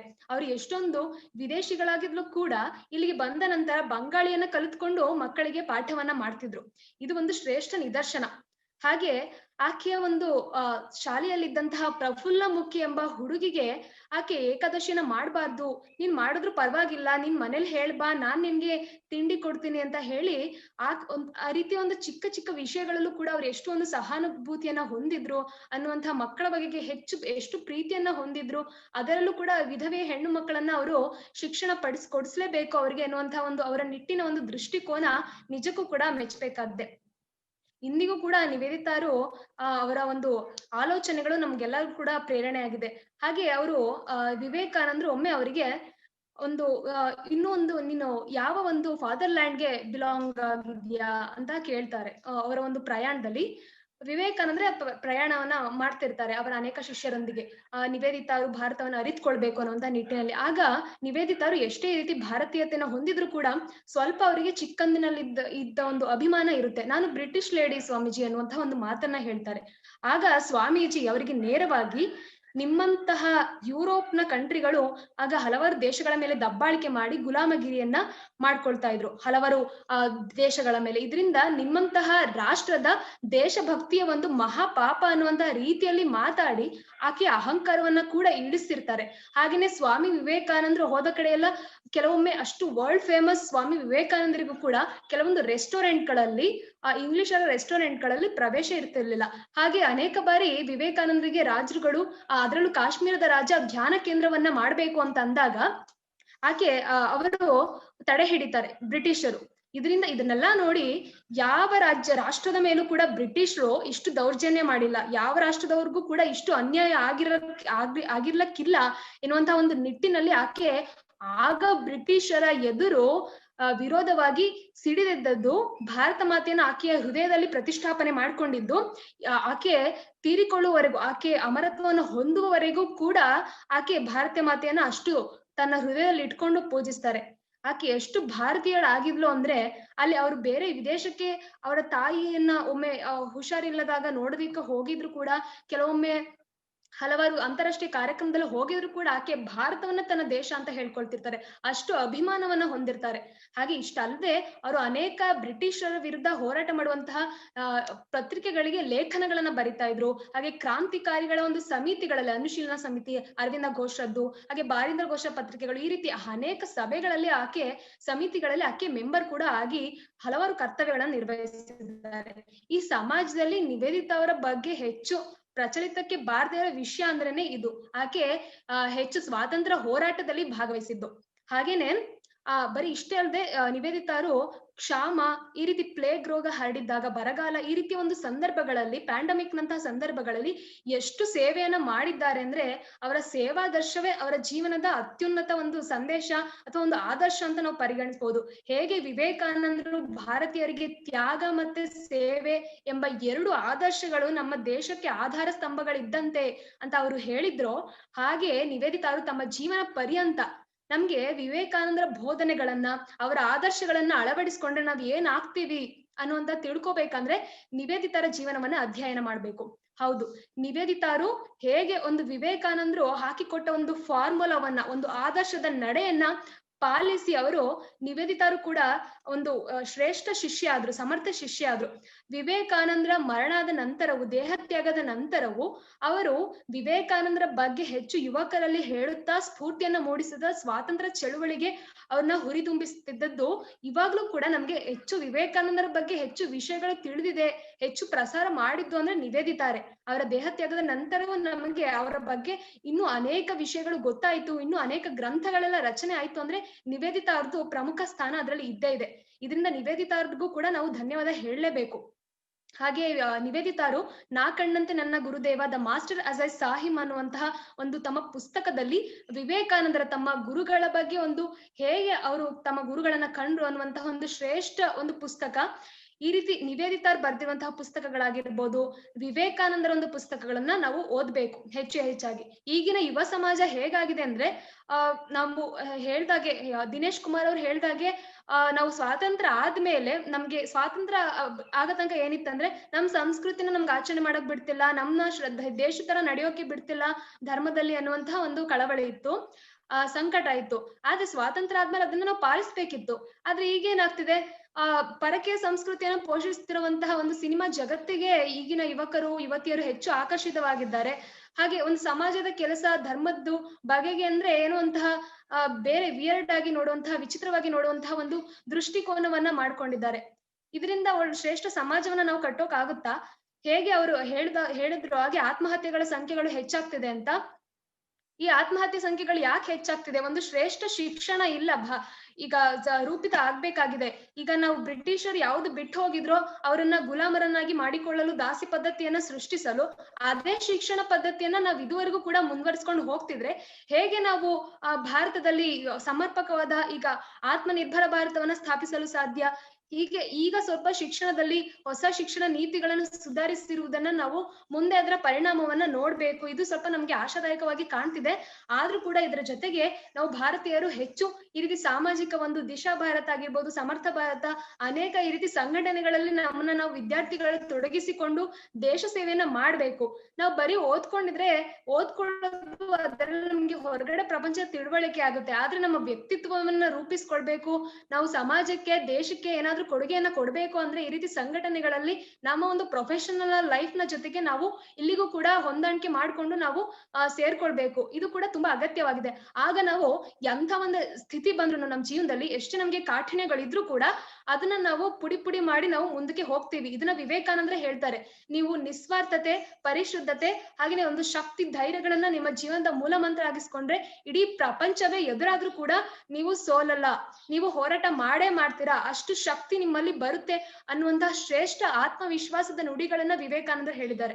ವಿವೇಕಾನಂದ್ರನ್ನ ಯಾರು ಓದ್ತಾರೆ ಅವ್ರು ನಿಜವಾಗ್ಲೂ ಎಲ್ಲರೂ ಸನ್ಯಾಸಿಗಳಾಗ್ಬಿಡಲ್ಲ. ಇದೊಂದು ತಪ್ಪು ಕಲ್ಪನೆ ನಮ್ಮ ಸಮಾಜದಲ್ಲಿ ಇದೆ. ವಿವೇಕಾನಂದರು ಕೇವಲ ಸನ್ಯಾಸಿ ಆಗಿರದೆ ಅವರು ಎಲ್ಲ ಜನಮಾನಸಗಳಲ್ಲಿ ತಿರುಗಾಡಿ ಎಲ್ಲರಿಗೂ ಬೇಕಾದ ಶ್ರೇಷ್ಠ ಬೋಧನೆಗಳನ್ನ ನೀಡಿದ್ದಾರೆ. ನೀವು ಒಂದು ವಿದ್ಯಾರ್ಥಿ ಆಗಿದ್ರೆ ವಿವೇಕಾನಂದರನ್ನ ಓದಿಕೊಂಡ್ರೆ ಶ್ರೇಷ್ಠ ವಿದ್ಯಾರ್ಥಿ ಆಗ್ತೀರಾ. ಹಾಗೆ ಇಂಜಿನಿಯರ್ ಆಗಿದ್ರೆ ಶ್ರೇಷ್ಠ ಇಂಜಿನಿಯರ್ ಆಗ್ತೀರಾ. ಉಪನ್ಯಾಸಕರಾಗಿದ್ರೆ ಶ್ರೇಷ್ಠ ಉಪನ್ಯಾಸಕರಾಗ್ತೀರಾ. ಹೀಗೆ ವಿವೇಕಾನಂದರು ಎಲ್ಲರ ಜೀವನದಲ್ಲೂ ಮುಖ್ಯ ಆಗಿದೆ.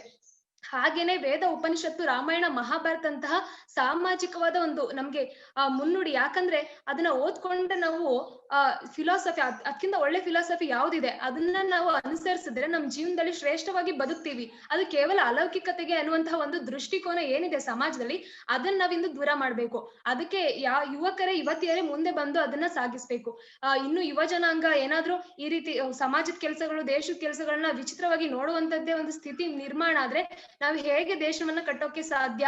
ದೇಶ ಇದ್ರೇನೆ ನಾವಿರ್ತೀವಿ, ದೇಶ ಇಲ್ಲಾಂದ್ರೆ ನಮ್ಗೆಲ್ಲಿ ಅಸ್ತಿತ್ವವಿದೆ ಅನ್ನೋದನ್ನ ನೀವೆಲ್ಲರೂ ಇಂದು ಅರ್ಥ ಮಾಡ್ಕೊಳ್ಳೇಬೇಕು. ಇದೊಂದು ಗಂಭೀರ ಚರ್ಚೆ ಆಗ್ಲೇಬೇಕು. ಈ ರೀತಿ ಒಂದು ಶ್ರೇಷ್ಠ ಶಿಕ್ಷಣ ಪದ್ಧತಿ ಇನ್ನು ಕೂಡ ಮುಂದೆ ಬರ್ಬೇಕು. ಇದು ಎಲ್ಲರೂ ಕೂಡ ಯುವ ಜನಾಂಗದವರು ಇದ್ರ ಬಗ್ಗೆ ಹೆಚ್ಚು ಗಮನವನ್ನ ನೀಡ್ಬೇಕು ಅಂತ ನಾನು ಕೇಳ್ಕೊಳ್ತೀನಿ. ಹಾಗೆ ಈ ರೀತಿ ನಾನು ಹೇಳ್ತಾ ಇದ್ದಾಗೆ ಕನ್ಕ್ಲೂಡ್ ಮಾಡ್ತೇನೆ. ಲಾಸ್ಟ್ ನಿವೇದಿತಾರು ಸ್ವಾಮಿ ವಿವೇಕಾನಂದರು ಹೀಗೆ ಅವ್ರಿಗೆ ಒಂದು ಶ್ರೇಷ್ಠ ವಿಚಾರಧಾರೆಗಳನ್ನ ತಿಳಿಸಿದ್ರು. ಆ ರೀತಿನೇ ಅವರು ನಡೀತಾ ಇದ್ರು.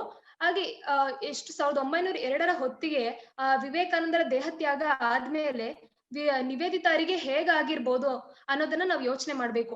ಅವ್ರು ಯಾರನ್ನ ನೆಚ್ಚಿಕೊಂಡು ಬಂದಿದ್ರು, ಒಂದು ಆಧಾರ ಸ್ತಂಭವೇ ಕುಸಿದು ಬಿದ್ದಾಗ ನಮ್ಮ ಜೀವನದಲ್ಲಿ ಯಾವ ರೀತಿ ಆಗುತ್ತೆ ಅನುಭವ, ಆ ರೀತಿ ವಿವೇಕಾನಂದರ ದೇಹತ್ಯಾಗದ ನಂತರ ನಿವೇದಿತಾರಿಗೆ ಸಂಪೂರ್ಣವಾಗಿ ಅವ್ರಿಗೆ ಏನ್ ಮಾಡ್ಬೇಕು ಅಂತಾನೆ ತಿಳಿದ ದಿಕ್ಕು ತೋಚದಂತ ಪರಿಸ್ಥಿತಿ ಆಗ್ಬಿಡುತ್ತೆ. ಆದ್ರೆ ನಿವೇದಿತಾರು ಒಮ್ಮೆ ಹಂಗೆ ಆ ಚಿತೆಯ ಮುಂದೆನೆ ಕುಳಿತಿರ್ಬೇಕಾದ್ರೆ ಸ್ವಾಮಿ ವಿವೇಕಾನಂದರ ಕೊನೆಯಲ್ಲಿ ಬಳಸಿದಂತಹ ಒಂದು ಕೇಸರಿ ವಸ್ತ್ರ ಒಂದು ಅವರ ಮೇಲೆ ಬೀಳುತ್ತೆ. ಆ ವಸ್ತ್ರವನ್ನ ನೋಡಿ ನಿವೇದಿತಾ ಅವ್ರಿಗೆ ಆಗ ಒಂದು ಅಭಯ ಬರುತ್ತೆ. ಏನಂದ್ರೆ ಸ್ವಾಮೀಜಿಯವರ ದೇಹತ್ಯಾಗ ಆಗಿರಬಹುದು, ಆದ್ರೆ ಇಂದಿಗೂ ಕೂಡ ಸ್ವಾಮೀಜಿಯವರ ಒಂದು ಸ್ಪಿರಿಟ್ ನಮ್ಮೊಡನೆ ಕೆಲಸ ಮಾಡ್ತಿದೆ ಅಂತ. ಇಂದಿಗೂ ಕೂಡ ಅನೇಕ ಲಕ್ಷಾಂತರ ಜನರು, ಕೋಟ್ಯಾಂತರ ಜನರು ಸ್ವಾಮಿ ವಿವೇಕಾನಂದರ ಆದರ್ಶವನ್ನ ಪಾಲಿಸಿ ಅವರ ಬೋಧನೆಗಳನ್ನ ಅನುಸರಿಸ್ಕೊಳ್ತಾ ಬರ್ತಿದ್ದಾರೆ. ಈ ರೀತಿ ಹಲವಾರು ಸಂಘಟನೆಗಳು ಅವರ ಹೆಸರಲ್ಲಿ ನಿರ್ಮಾಣ ಆಗಿದೆ ಅನ್ನುವಂತಹದ್ದು ಏನಾದ್ರೂ ಒಂದು ಇದ್ರೆ ಈ ಪ್ರಪಂಚದಲ್ಲಿ, ಅದಕ್ಕೆ ಕಾರಣನೇ ಅವ್ರ ಸ್ಪಿರಿಟ್ ಇನ್ನು ವರ್ಕ್ ಮಾಡ್ತಿದೆ ಅನ್ನೋದನ್ನ ನಮ್ಗೆ ನಿರ್ದೇಶನ ಪಡಿಸುತ್ತೆ. ಹೇಗೆ ಸ್ವಾಮಿ ವಿವೇಕಾನಂದರು ಹೇಳ್ತಾರೆ, ನಾನು ಎಲ್ಲಿವರೆಗೆ ಒಬ್ಬ ಮನುಷ್ಯ ತಾನು ಭಗವಂತನೊಳಗೆ ಒಂದಾಗಿದ್ದೀನಿ, ಅವನೊಂದಿಗೆ ಒಂದಾಗಿದ್ದೇನೆ ಎನ್ನುವವರೆಗೂ ಕೂಡ ನಾನು ಸ್ಪಿರಿಟ್ ರೀತಿ ಕೆಲಸ ಮಾಡ್ತಾನೆ ಇರ್ತೀನಿ ಅಂತ ಹೇಳ್ತಾರೆ. ಹಾಗೆ ಇಂದಿಗೂ ಕೂಡ ನಮ್ಗೆ ಅನುಭವ ಆಗುತ್ತೆ. ಹಾಗೆ ವಿವೇಕಾನಂದರು ಕೊಟ್ಟಂತಹ ಒಂದು ಮೂಲ ಮಂತ್ರ ಏನಿದೆ, ಆತ್ಮನು ಮೋಕ್ಷಾರ್ಥಂ ಜಗತ್ತಿತಾಯಜ, ಇದು ನಮ್ಮೆಲ್ಲರ ಮೂಲ ಮಂತ್ರ ಆಗ್ಲಿ ಅಂತಾನೆ ನಾನು ಕೇಳ್ಕೊಳ್ತೀನಿ. ನಮ್ಮೆಲ್ಲರ ಕಲ್ಯಾಣದ ಜೊತೆಗೆ ಜಗತ್ತಿನ, ಈ ದೇಶದ ಕಲ್ಯಾಣವೂ ಕೂಡ ನಮ್ಗೆ ಮುಖ್ಯ. ಈ ರೀತಿ ಒಂದು ಶ್ರೇಷ್ಠ ಆದರ್ಶವನ್ನ ನಾವು ಇಂದು ವಿವೇಕಾನಂದರ ಒಂದು ಪಾಲಿಸಲೇಬೇಕಾಗಿದೆ. ಸೊ ಇಷ್ಟು ಮಾತನಾಡಲು ವಿವೇಕಾನಂದರು ನಿವೇದಿತಾರಂತಹ ಗುರು ಶಿಷ್ಯರ ಒಂದು ಸಂಬಂಧದ ಬಗ್ಗೆ, ಬಾಂಧವ್ಯದ ಬಗ್ಗೆ, ಹೇಗೆ ರಾಮಕೃಷ್ಣ ವಿವೇಕಾನಂದರಂತಹ ಶ್ರೇಷ್ಠ ಗುರು ಪರಂಪರೆ ಇದೆಯೋ ಹಾಗೆ ವಿವೇಕಾನಂದರು ನಿವೇದಿತಾರ ಗುರು ಪರಂಪರೆಯನ್ನು ಕೂಡ ನಾವು ಅರಿತುಕೊಳ್ಳುವುದು ಅಷ್ಟೇ ಮುಖ್ಯವಾಗಿದೆ. ಇಷ್ಟು ಮಾತನಾಡಲು ನನಗೆ ಅವಕಾಶ ಕೊಟ್ಟಂತಹ ತಮ್ಮೆಲ್ಲರಿಗೂ ವಂದಿಸುತ್ತಾ ನನ್ನ ಧನ್ಯವಾದಗಳನ್ನು ತಿಳಿಸ್ತೇನೆ. ಹಾಗೆ ನಮ್ಮ ಮುಂದಿನ ಭಾಷಣಕಾರರಾದ ಸ್ವಸ್ತಿಕ್ ಅವರನ್ನ ನಾನು ಆಹ್ವಾನಿಸುತ್ತೇನೆ. ಧನ್ಯವಾದಗಳು.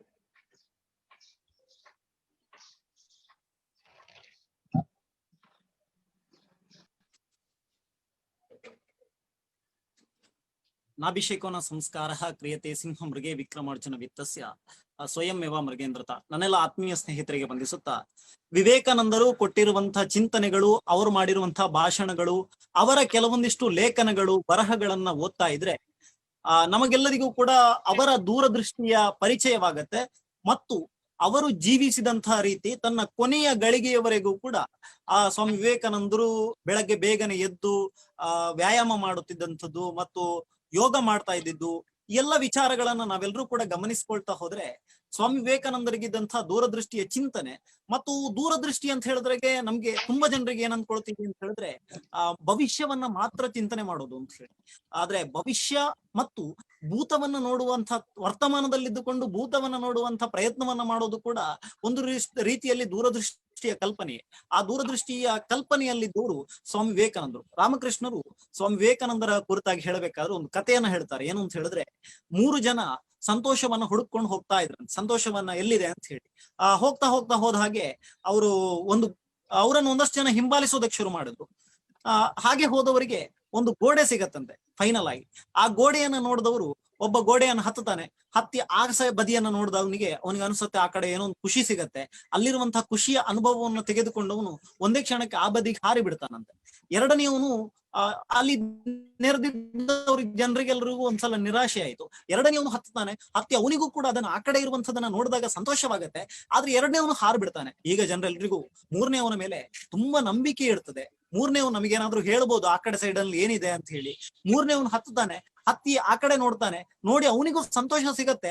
ಅವನು ಈ ಕಡೆ ಇದ್ದವರಿಗೆ ಜನರಿಗೆ ಕೂಗಿ ಹೇಳ್ತಾನಂತೆ, ನಾವೆಲ್ಲರೂ ಕೂಡ ಇಲ್ಲಿಯವರೆಗೆ ಯಾವುದನ್ನ ಹುಡುಕ್ತಾ ಇದ್ವು ಆ ಸಂತೋಷ ಇಲ್ಲಿದೆ, ಆ ಸಂತೋಷವನ್ನ ನೀವೆಲ್ಲರೂ ಕೂಡ ಸವಿಯಿರಿ ಬನ್ನಿ ಅಂತ ಹೇಳಿ ಎಲ್ಲರನ್ನೂ ಕೂಡ ಮೇಲೆ ಕರೆಯುವಂತಹ ಪ್ರಯತ್ನವನ್ನ ಮಾಡಿದ್ರು ಮತ್ತು ಅವರೆಲ್ಲರನ್ನೂ ಕೂಡ ಎತ್ತುವಂತಹ ಪ್ರಯತ್ನವನ್ನ ಮಾಡಿದ್ನಂತೆ. ಈ ಕಥೆಯನ್ನ ಸ್ವಾಮಿ ವಿವೇಕಾನಂದರ ಕುರಿತಾಗಿ ಯಾಕೆ ಹೇಳ್ತಾರೆ ಅಂತ ಹೇಳಿದ್ರೆ, ಬಹುಶಃ ಭಾರತದ ಆಧ್ಯಾತ್ಮಿಕ ಪ್ರಪಂಚದ ಇತಿಹಾಸವನ್ನ ನಾವೆಲ್ಲರೂ ಕೂಡ ಗಮನಿಸಿದ್ರೆ ಅನೇಕ ಸನ್ಯಾಸಿಗಳು ಋಷಿ ಮುನಿಗಳು ಭಾರತದಲ್ಲಿ ಆಗಿ ಹೋಗಿದ್ದಾರೆ. ಅವರೆಲ್ಲರೂ ಕೂಡ ಮೋಕ್ಷ ಸಾಧನೆಯನ್ನ ಮಾಡಿದ್ದಾರೆ. ಆ ಸಂತೋಷವನ್ನ ಪಡೆದುಕೊಳ್ಳುವಂತಹ ಪ್ರಯತ್ನವನ್ನ ಮಾಡಿದ್ದಾರೆ. ಕೆಲವೊಂದಿಷ್ಟು ಜನರಿಗೆ ಆ ಮೋಕ್ಷ ಸಾಧನೆಯೂ ದೊರಕಿದೆ. ಆದ್ರೆ ಒಂದಷ್ಟು ಜನ ಏನ್ ಮಾಡ್ತಾರೆ ಅಂತ ಹೇಳಿದ್ರೆ, ಈ ಸಂತೋಷವನ್ನ ಅವರಷ್ಟೇ ಅನುಭವಿಸಿ ಹಿಮಾಲಯಕ್ಕೂ ಅಥವಾ ಇನ್ನೆಲ್ಲಿಗೂ ಹೋಗಿ ಧ್ಯಾನಕ್ಕೆ ಕುಳಿತು ಬಿಡ್ತಾರೆ ಅಥವಾ ಮಠವನ್ನ ಸ್ಥಾಪಿಸ್ತಾರೆ. ಆದ್ರೆ ಸ್ವಾಮಿ ವಿವೇಕಾನಂದರು ನಮ್ಮೆಲ್ಲರ ನಡುವಿನಲ್ಲಿದ್ದುಕೊಂಡು ನಮ್ಮೆಲ್ಲರೊಳಗೆ ಆ ಚಿಂತನೆಯನ್ನ ಬಿತ್ತಿ ನಮಗೂ ಕೂಡ ಆಧ್ಯಾತ್ಮದ ಸವಿಯನ್ನ ಉಣಿಸಿದ್ರು ಮಾತ್ರವಲ್ಲದೆ ನಮ್ಮೆಲ್ಲರನ್ನು ಕೂಡ ಕೈ ಹಿಡಿದು ಮೇಲೆತ್ತುವಂತಹ ಪ್ರಯತ್ನವನ್ನ ಮಾಡಿದ್ರಲ್ಲ. ಅದಕ್ಕೆ ಸ್ವಾಮಿ ವಿವೇಕಾನಂದರು ನಮ್ಗೆಲ್ರಿಗೂ ಕೂಡ ಶ್ರೇಷ್ಠವಾದ ಸಂತರಾಗಿ ನಮ್ಮೆಲ್ಲರುಗಡೆ ರೂಪುಗೊಳ್ತಾರೆ ಮತ್ತು ಅವರೊಳಗಿದ್ದಂತಹ ದೂರದೃಷ್ಟಿಯ ಕಲ್ಪನೆಗಳು, ಸದಾ ಯುವಕರನ್ನ ಪ್ರೇರೇಪಿಸುವಂತಹ ಅವರ ಗುಣ, ಯಾವಾಗ್ಲೂ ಕೂಡ ತಮ್ಮ ಸಂದೇಶಗಳಲ್ಲಿ ಹೇಳ್ತಿದ್ದು ಯುವಕರನ್ನ 100 ಜನ ಅನೇಕರು ನಮ್ಮ ಸ್ನೇಹಿತರು ಈಗಾಗಲೇ ಅದನ್ನೆಲ್ಲ ಮೆನ್ಷನ್ ಮಾಡಿರ್ತಾರೆ. 100 ಜನ ಯುವಕರನ್ನ ಕೊಡಿ, ಸ್ವಾತಂತ್ರ್ಯ ನಿಮ್ಗೊಂದು ಹೊಸ ದೇಶವನ್ನ ಕೊಡ್ತೀನಿ, 100 ಜನ ಯುವಕರಿಗೆ ಇಚ್ಛಾಶಕ್ತಿ ಇರಬೇಕು, ಹಾಗಿರ್ಬೇಕು ಹೀಗಿರ್ಬೇಕು.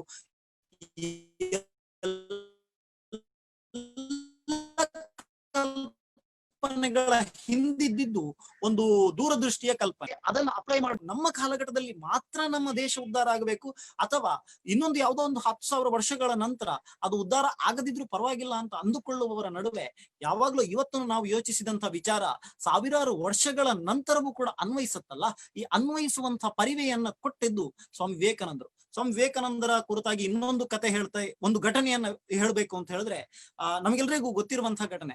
ಸ್ವಾತಂತ್ರ್ಯ ಹೋರಾಟದ ಸಂದರ್ಭದಲ್ಲಿ ಯಾರೋ ಕೇಳ್ತಾರಂತ ಅವ್ರ ಹತ್ರ, ಸ್ವಾತಂತ್ರ್ಯ ಹೋರಾಟವನ್ನ ನೀವು ಸ್ವಾಮೀಜಿ ನೀವು ಮನಸ್ಸು ಮಾಡಿದ್ರೆ ಭಾರತಕ್ಕೆ ಇವತ್ತೇ ಸ್ವಾತಂತ್ರ್ಯ ಸಿಕ್ಕಿಬಿಡತ್ತೆ, ಆದ್ರೆ ನೀವ್ ಯಾಕೆ ಮನಸ್ಸು ಮಾಡ್ತಾ ಇಲ್ಲ? ಅಥವಾ ನೀವು ಸ್ವಾತಂತ್ರ್ಯ ಹೋರಾಟದಲ್ಲಿ ಭಾಗವಹಿಸೋದಕ್ಕೆ ಬಂದ್ರೆ ಸಾವಿರಾರು ಯುವಕರು ನಿಮ್ಮ ಹಿಂದೆ ಬರ್ತಾರೆ, ನಿಮ್ಗೆ ಅಷ್ಟು ಜನರ ಬೆಂಬಲ ಇದೆ, ವಿದೇಶಗಳ ಬೆಂಬಲ ಇದೆ, ನೀವ್ ಯಾಕೆ ಭಾರತಕ್ಕೆ ಸ್ವಾತಂತ್ರ್ಯವನ್ನ ಕೊಡಿಸುವಂತಹ ಪ್ರಯತ್ನವನ್ನ ಮಾಡ್ತಾ ಇಲ್ಲ? ಸ್ವಾತಂತ್ರ್ಯ ಹೋರಾಟದಲ್ಲಿ ಯಾಕೆ ಭಾಗವಹಿಸ್ತಾ ಇಲ್ಲ ಅಂತ ಕೇಳಿದ್ರೆ ಸ್ವಾಮೀಜಿ ಏನ್ ಹೇಳ್ತಾರೆ ಗೊತ್ತಾ? ಸ್ವಾಮೀಜಿ ಹೇಳ್ತಾರಂತೆ, ಒಂದು ಮರದಲ್ಲಿರುವಂತಹ ಹಣ್ಣು ಅದು ಎಷ್ಟು ಹೊತ್ತು ಮರ ಅದನ್ನ ಹಿಡ್ಕೊಳ್ಬಹುದು? ಒಂದು ಹಣ್ಣು ಅದರ ತೊಟ್ಟು ಎಷ್ಟು ಗಟ್ಟಿ ಇದೆಯೋ, ಅದರಲ್ಲಿ ಎಷ್ಟು ಶಕ್ತಿ ಇದೆಯೋ ಅಷ್ಟು ಹೊತ್ತು ಮಾತ್ರ ಹಿಡ್ಕೊಳ್ಬಲ್ಲದು. ಆ ತೊಟ್ಟಿನಲ್ಲಿರುವಂತಹ ಶಕ್ತಿ ಯಾವಾಗ ಕಳೆಗುಂದತ್ತೋ, ಆ ಶಕ್ತಿ ಯಾವಾಗ ಕಡಿಮೆ ಆಗತ್ತೋ ಆಗ ಮರ ಹಣ್ಣನ್ನ ಬಿಟ್ಟು ಬಿಡತ್ತೆ. ಆದ್ರೆ ಮರದ ಆ ಹಣ್ಣಿನೊಳಗಿರುವಂತಹ ಬೀಜ ಅದು ಪರಿಪಕ್ವವಾಗಿ ಅದು ನೆಲಕ್ಕೆ ಬಿದ್ದು ಆ ಮಣ್ಣಿನಲ್ಲಿ ಸೇರಿಕೊಂಡು ಅದು ಗಿಡವಾಗಿ ಬೆಳೆದು ದೊಡ್ಡ ಮರವಾಗಿ ಹೆಮ್ಮರವಾಗಿ ಬೆಳೆಯಬೇಕಾದ್ರೆ ಅದೊಂದು ಪರಿಪಕ್ವವಾಗ್ಬೇಕಲ್ಲ. ಅದು ಭಾರತಕ್ಕೆ ಅಗತ್ಯವಿದೆ. ಭಾರತದಲ್ಲಿರುವಂತಹ ಅಸ್ಪೃಶ್ಯತೆ ಆಗಿರಬಹುದು, ಜಾತೀಯತೆ ಆಗಿರಬಹುದು, ಅಥವಾ ಧರ್ಮದ ವಿಚಾರದಲ್ಲಿರುವಂತಹ ತೊಂದರೆಗಳಾಗಿರಬಹುದು, ಮೂಢನಂಬಿಕೆಗಳಾಗಿರಬಹುದು, ಇವುಗಳನ್ನ ಪರಿಹರಿಸಿ ಭಾರತವನ್ನ ಒಂದು ಪರಿಪಕ್ವವನ್ನಾಗಿಸಿ ಅದನ್ನ ಒಂದು ದೊಡ್ಡ ವೃಕ್ಷವನ್ನಾಗಿಸುವಂತ ಸಾಮರ್ಥ್ಯ ನಮ್ಗೆ ಬೇಕಾಗಿದೆ. ಆ ಸಾಮರ್ಥ್ಯವನ್ನ ಕೊಡುವ ನಿಟ್ಟಿನಲ್ಲಿ ನಾನು ಕೆಲಸ ಮಾಡ್ತಾ ಇದ್ದೀನಿ. ಸ್ವಾತಂತ್ರ್ಯ ಇಂದಲ್ಲ ನಾಳೆ ಸಿಕ್ಕೇ ಸಿಗತ್ತೆ. ಆ ಸ್ವಾತಂತ್ರ್ಯವನ್ನ ಸಿಕ್ಕಾಗ ನಾವು ಅದರ ಸವಿಯನ್ನ ಅನುಭವಿಸೋಣ, ಆದ್ರೆ ಅದಕ್ಕೋಸ್ಕರ ನಾವು ತಯಾರಾಗೋಣ ಅಂತ ಹೇಳ್ತಾರೆ. ಬಹುಶಃ ನಮ್ಗೆಲ್ರಿಗೂ ಕೂಡ 1947ರ ಆಸುಪಾಸಿನ ಕೆಲವೊಂದಿಷ್ಟು ಘಟನೆಗಳನ್ನ ಗಮನಿಸಿದ್ರೆ, ದೇಶ ವಿಭಜನೆಯಾದಂತಹ ಸಂದರ್ಭಗಳಲ್ಲಾಗಿರಬಹುದು, ಅಥವಾ ಯುದ್ಧ ಭೀತಿ ಎದುರಾದಂತಹ ಸಂದರ್ಭಗಳಲ್ಲಾಗಿರಬಹುದು, ಅಥವಾ ಕೆಲವೊಂದಿಷ್ಟು ಘಟನೆಗಳನ್ನು ಉದಾಹರಿಸಿಕೊಂಡು ನೋಡಿದ್ರೆ ನಮಗೆ ಭಾರತದಲ್ಲಿ ನಾವು ಸ್ವಾತಂತ್ರ್ಯವನ್ನ ತೆಗೆದುಕೊಳ್ಳೋದಕ್ಕೆ ಆ ಕಾಲದಲ್ಲಿ ನಾವಿಷ್ಟು ಪರಿಪಕ್ವವಾಗಿರ್ಲಿಲ್ಲ. ಮತ್ತು ಸುಮಾರು 50-60 ವರ್ಷಗಳ ಹಿಂದೆಯೇ ಸ್ವಾಮಿ ವಿವೇಕಾನಂದರು ಕೊಟ್ಟಿದ್ದಂತ ಚಿಂತನೆ ಆ ಸಂದರ್ಭದಲ್ಲಿ ಹೇಗೆ ಅಪ್ಲೈ ಆಯಿತು ಮತ್ತು ಅವರೊಬ್ಬ ದಾರ್ಶನಿಕ ನಾಯಕನಾಗಿ ಹೇಗೆ ರೂಪುಗೊಂಡಿದ್ರು ಅನ್ನೋದನ್ನ ನಾವೆಲ್ಲರೂ ಕೂಡ ಗಮನಿಸಬಹುದು. ಸ್ವಾಮೀಜಿಯವರು ಅವರ ಕೊನೆಗಾಲದಲ್ಲಿ 1991 ಆ ಕಾಲಘಟ್ಟ 1999 ಆ ಕಾಲಘಟ್ಟದಲ್ಲಿ ತನ್ನ ಬಳಿಗೆ ಬರ್ತಿದ್ದಂತ ಎಲ್ಲರಿಗೂ ಕೂಡ, ಯಾವ ಸಾಧು ಸನ್ಯಾಸಿಗಳಿಗೆ ಹೊರತುಪಡಿಸಿ ದೀನ ದುರ್ಬಲರಿಗೂ ಕೂಡ, ಯಾರು ದರೋಡೆಗಳನ್ನ ಮಾಡ್ತಾ ಇದ್ರು, ಯಾರು ಕೊಲೆ ಸುಲಿಗೆಗಳನ್ನ ಮಾಡ್ತಾ ಇದ್ರು, ಅಂಥವರಿಗೂ ಕೂಡ ದೀಕ್ಷೆಯನ್ನ ಕೊಡುವಂತ ಕೆಲಸವನ್ನ ಮಾಡ್ತಾ ಇದ್ರಂತೆ. ಬಹುಶಃ ಆ ಕಾಲಘಟ್ಟದಲ್ಲಿ ಸ್ವಾಮೀಜಿಯವರ ಬಗ್ಗೆ ಒಂದು ದೊಡ್ಡ ಕೆಟ್ಟ ಪ್ರಚಾರ ಆಗೋದಕ್ಕೆ ಶುರುವಾಯ್ತು. ಅನೇಕರು ಹೇಳೋದಕ್ಕೆ ಶುರು ಮಾಡಿದ್ರಂತೆ, ಸ್ವಾಮೀಜಿಯವರಿಗೆ ವಿವೇಚನ ಶಕ್ತಿಯೇ ಇಲ್ಲ, ಯಾರನ್ನ ಹೇಗೆ ನಿರ್ಧರಿಸಬೇಕು, ವಿವೇಕವಿದ್ದವರಿಗೆ ಮಾತ್ರ ಬೋಧಿಸಬೇಕು ಅನ್ನುವಂತ ವಿಚಾರ ಗೊತ್ತಿಲ್ಲ. ಸ್ವಾಮೀಜಿಯವರಿಗೆ ಈಗ ವಿವೇಚನ ಶಕ್ತಿಯನ್ನ ಕಳೆದುಕೊಂಡಿದ್ದಾರೆ. ಸ್ವಾಮೀಜಿ ವಿದೇಶಕ್ಕೆ ಹೋಗಿ ಬಂದ್ಮೇಲೆ ಸ್ವಾಮೀಜಿಗೆ ಮತಿಭ್ರಮಣೆ ಆಗಿದೆ ಅಂತ ಒಂದಷ್ಟು ಜನ ಮಾತಾಡ್ಕೊಳ್ಳೋದಕ್ಕೆ ಶುರು ಮಾಡಿದ್ರಂತೆ. ಸಾಮಾನ್ಯವಾಗಿ ಶಿಷ್ಯರಿಗೆ ಈ ಮಾತುಗಳನ್ನ ಕೇಳಿದಾಗೆಲ್ಲ ಬೇಜಾರಾಗತ್ತೆ. ಹಾಗೆ ಶಿಷ್ಯರು ಹೋಗಿ ತುಂಬಾ ಬೇಸರದಿಂದ ಕೇಳಿದ್ರಂತೆ, ಸ್ವಾಮೀಜಿ ನಿಮ್ಗೆ ಹೀಗೆ ಮಾತಾಡ್ಕೊಳ್ತಾ ಇದ್ದಾರೆ, ನೀವ್ ಯಾಕೆ ಅಂತವ್ರಿಗೆಲ್ಲ ದೀಕ್ಷೆಯನ್ನ ಕೊಟ್ಟು ಬಿಡ್ತಿದ್ದೀರಾ? ನಿಮ್ ಹತ್ರ ದೀಕ್ಷೆಯನ್ನ ತೆಗೆದುಕೊಂಡು ಹೋದವರು ಕೆಲವೊಂದಿಷ್ಟು ಜನ ಅನಾಚಾರಗಳಲ್ಲಿ ತೊಡಗಿಕೊಂಡಿದ್ದಿದೆ, ಅವ್ರಿಗೆಲ್ಲ ಯಾಕೆ ದೀಕ್ಷೆ ಕೊಡ್ತೀರಾ ಸುಮ್ನೆ ಅಂತ ಕೇಳಿದ್ರೆ ಸ್ವಾಮೀಜಿ ಹೇಳ್ತಾರಂತೆ, ಅವರು ನನಗೆ ಒಬ್ಬ ಮನುಷ್ಯನ ಮುಖವನ್ನ ನೋಡಿದಾಗ ಅವನ ಪೂರ್ವಪರವಾದ ಇತಿಹಾಸವು ತಿಳಿಯತ್ತೆ, ಆತ ಮುಂದೇನಾಗ್ತಾನೆ ಅನ್ನೋದು ಕೂಡ ತಿಳಿಯತ್ತೆ. ಆದ್ರೆ ಅವ್ರು ಎಲ್ಲ ಅವಕಾಶಗಳಿರುವಂತ ಎಲ್ಲ ಬಾಗಿಲುಗಳನ್ನ ಬಡಿಯುವಂತ ಪ್ರಯತ್ನವನ್ನ ಮಾಡಿದ್ದಾರೆ. ಎಲ್ಲ ಕಡೆ ಅವರನ್ನ ನಿರಾಕರಿಸುವಂತ ಪ್ರಯತ್ನಗಳೇ ನಡೆದಿದೆ. ನಾನು ಕೂಡ ಒಬ್ಬ ಸಜ್ಜನನಾಗಿ ಅವರನ್ನ ನಿರಾಕರಿಸಿ ಬಿಟ್ರೆ ಅವರಿಗೆ ಇನ್ಯಾರು ಬಾಗಿಲನ್ನ ತೆರೆದು ಅವರಿಗೆ ಮುಕ್ತಿ ಸಾಧನೆಯನ್ನ ತೋರಿಸಬಲ್ಲರು? ನಾನು ಅವರ ಕೈ ಬಿಟ್ರೆ ಯಾರು ಮತ್ತೆ ಅವರಿಗೆ ದಿಕ್ಕಾಗಬಹುದು ಅಂತ ಹೇಳಿ ಸ್ವಾಮೀಜಿ ಅವರಿಗೂ ಕೂಡ ಕೊಡುವಂತಹ ಪ್ರಯತ್ನ, ದೀಕ್ಷೆಯನ್ನ ಕೊಡುವಂತಹ ಪ್ರಯತ್ನವನ್ನ ಮಾಡ್ತಾರೆ. ಬಹುಶಃ ಇವತ್ತಿಗೆ ನಾವು ಅದನ್ನ ಹೋಲಿಸ್ಕೊಂಡ್ರೆ ಇವತ್ತು ಕೂಡ ಎಲ್ಲರಿಗೂ ಕೂಡ ಒಂದು ಯೋಜನೆಗಳು ಅಥವಾ ಸವಲತ್ತುಗಳು ಎಲ್ಲರಿಗೂ ದೊರಕುವಂತಹ ಅವಕಾಶಗಳಿರೋದು ಬಹಳಷ್ಟು ಕಡಿಮೆ. ಯಾರನ್ನು ನಾವು ಕೆಲವೊಂದು ಸಲ ಅವರನ್ನು ತುಚ್ಛವಾಗಿ ನೋಡಿ ಅವರಿಗೆ ಈ ಯೋಜನೆಗಳು ಸಲ್ಲೋದಿಲ್ಲ ಅಥವಾ ಸವಲತ್ತುಗಳು ಬೇಕಾಗಿಲ್ಲ ಅಂತ ಅಂದುಕೊಳ್ತೀವಿ. ಆದ್ರೆ ಸ್ವಾಮೀಜಿ ಎಲ್ಲರಿಗೂ ಕೂಡ ಚಿಂತನೆಗಳನ್ನ ಕೊಡುವಂತಹ ಪ್ರಯತ್ನವನ್ನ ಮಾಡಿದ್ರು. ಬಹುಶಃ ನಮ್ಗೆ ಅನಿಸುವ ಪ್ರಕಾರ ಸ್ವಾಮೀಜಿ ಅವತ್ತು ಹೇಳಿದಂತಹ ಮಾತುಗಳು ಏನು ಅಂತ ಹೇಳಿದ್ರೆ, ಯುವಕರು ಸದೃಢರಾಗ್ಬೇಕು, ಯುವಕರ ಜೊತೆಗೆ ನನ್ನದೊಂದು ದೊಡ್ಡ ಪಡೆ ಬರಲಿಕ್ಕಿದೆ ಮತ್ತು ನಾನು ಸಿಂಹ ಗರ್ಜನೆ ಮಾಡುವಂತಹ ಯುವಕರ ಪಡೆಯನ್ನ ಮುಂದೊಂದು ದಿನ ನೋಡ್ಲಿಕ್ಕಿದ್ದೇನೆ, ಸಾವಿರಾರು ಯುವಕರು ಕೋಟಿ ಸಂಖ್ಯೆಯಲ್ಲಿ ಬರ್ಲಿಕ್ಕಿದ್ದಾರೆ ಮತ್ತು ಭವಿಷ್ಯದಲ್ಲಿ ಭಾರತಕ್ಕೆ ಚಿಂತನೆಗಳನ್ನ ಕೊಡುವವರು ಬೇಕಾಗಿಲ್ಲ, ಕೆಲಸಗಳನ್ನ ಮಾಡುವವರು ಬೇಕಾಗಿದ್ದಾರೆ ಅಂತ ಸ್ವಾಮೀಜಿ ಹೇಳಿದ್ದು ಇವತ್ತಿಗೆ ಎಷ್ಟು ಸತ್ಯವಾಗಿದೆ. ಇವತ್ತಿಗೆ ನಾವು ಗಮನಿಸಿದ್ರೆ ಇವತ್ತು ಸಂದೇಶಗಳಲ್ಲಿ ನಮಗೆ ಬಹಳಷ್ಟು ಎಲ್ಲರೂ ಕೂಡ ಸಂದೇಶಗಳನ್ನ ಕೊಡುವವರೇ, ಎಲ್ಲರಲ್ಲೂ ಕೂಡ ಈ ಚಿಂತನೆಗಳಿದೆ. ನಾವೀಗ ಉದಾಹರಣೆಗೆ ಸಣ್ಣ ವಿಷಯ ತಗೊಳ್ಬೇಕಾದ್ರೆ, ನಾವು ಏನಾದ್ರೂ ಸ್ವಚ್ಛತಾ ಕಾರ್ಯಕ್ರಮದ ಬಗ್ಗೆ ಮಾತಾಡ್ಬೇಕಾದ್ರೆ ಎಲ್ರಿಗೂ ಕೂಡ ನಮ್ಮ ಮನೆಯನ್ನ ಸ್ವಚ್ಛವಾಗಿ ಇಟ್ಕೊಳ್ಬೇಕು ಅನ್ನುವಂತ ಭಾವನೆ, ಸಣ್ಣ ಭಾವನೆ ಇರುತ್ತೆ.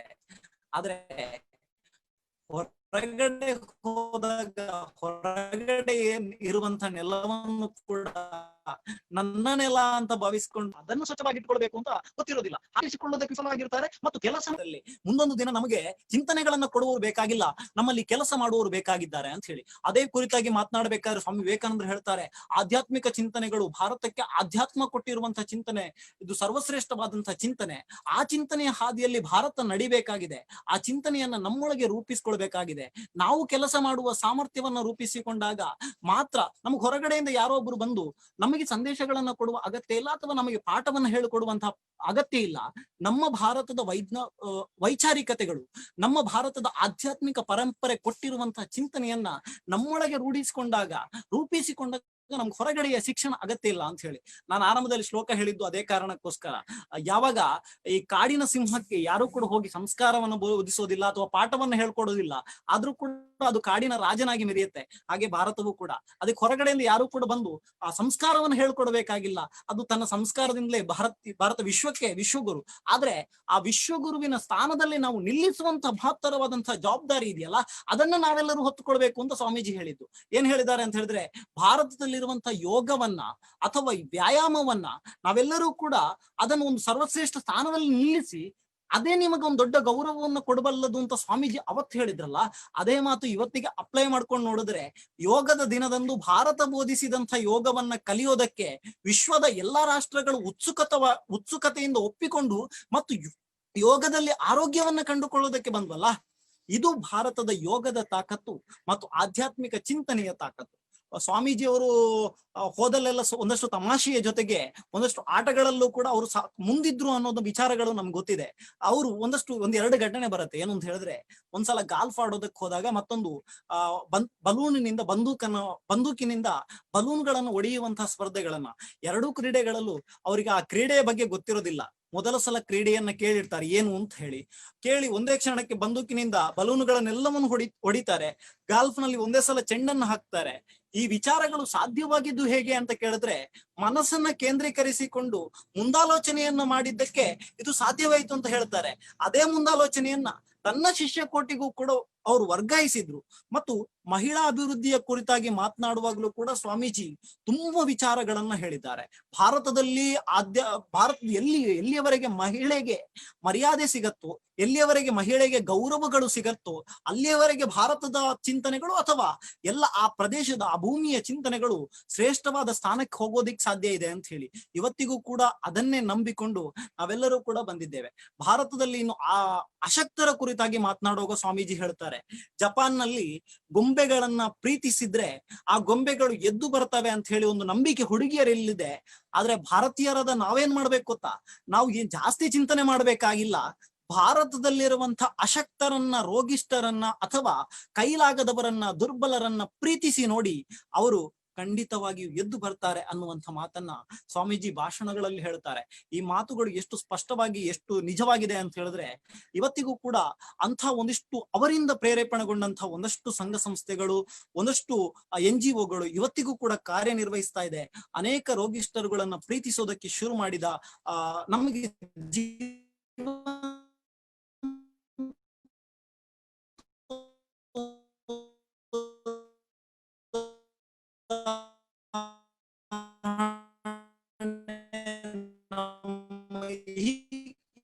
ಹಿಂದಿನ ಮಾತುಗಾರರು ಹೇಳಿದ ಹಾಗೆ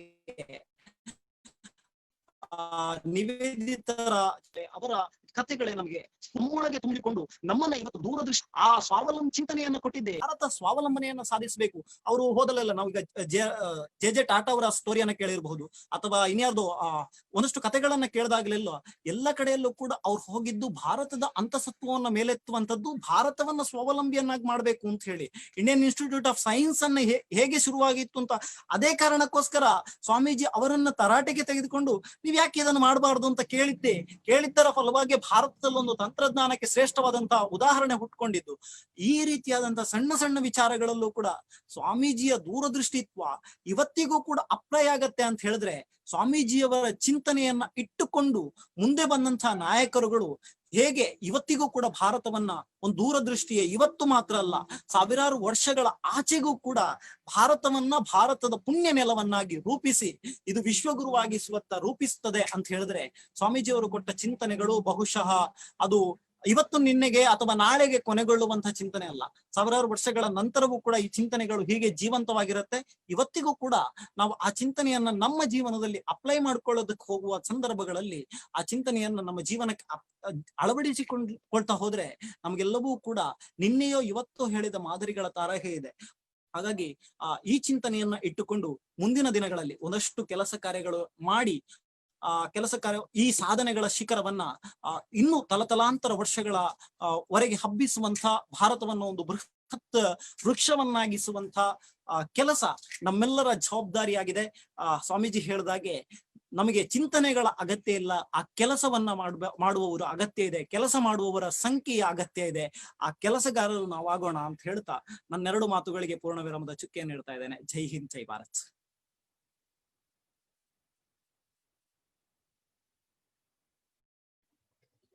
ಬಹಳ ಬಹಳ ಧನ್ಯವಾದಗಳು ಸ್ವಸ್ತಿ ಕನ್ಯಾಡಿ ಮತ್ತು ಎಲ್ಲಾ ಭಾಷಣಕಾರರಿಗೆ.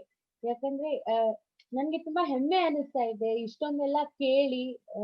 ನೀವ್ ಹೇಳಿರೋ ಪ್ರತಿಯೊಂದು ಘಟನೆಗಳು, ವಿಚಾರಗಳು ಎಷ್ಟು ರೋಮಾಂಚನಕಾರಿಯಾಗಿತ್ತು ಅಂದ್ರೆ, ಇನ್ನ ಸ್ವಾಮಿಯನ್ನ ನಾವು ಅರಿತುಕೊಳ್ಳಬೇಕು, ಅವ್ರು ಹೇಳಿದ್ದ ಸಂದೇಶಗಳನ್ನ ನಾವು ತಗೋಬೇಕು, ಹಾಗೆ ಅದನ್ನ ಅಳವಡಿಸ್ಕೊಂಡು ನಾವು ಬೆಳಿಬೇಕು ಅನ್ನೋದನ್ನ ಹಾಗ ಅನಿಸ್ತು. ತುಂಬಾ ರೋಮಾಂಚನಕಾರಿಯಾಗಿತ್ತು.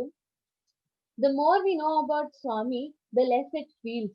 So many shades of experiences, so many shades of life of his.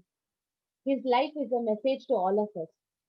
ಹೀಗೆ ರೋಮಾಂಚನಕಾರಿಯಾಗಿ ಜ್ಞಾನ ತುಂಬಿದ ನಿಮ್ಮ ಭಾಷಣಗಳಿಗೆ ಸ್ವಾಮಿಯನ್ನು ನೆನೆಸಿಕೊಳ್ಳುತ್ತಾ, ಹಾಗೆ ಈ ಕಾರ್ಯಕ್ರಮಕ್ಕೆ ಉತ್ಸಾಹದಿಂದ ಸಹನೆಯಿಂದ ಕೇಳಿಸಿಕೊಂಡ ನಮ್ಮ ಭಾಗವಹಿಸಿದ ನಮ್ಮ ವೀಕ್ಷಕರಿಗೆ ನನ್ನ ತುಂಬು ಹೃದಯ ಧನ್ಯವಾದಗಳನ್ನು ಅರ್ಪಿಸುತ್ತಿದ್ದೇನೆ.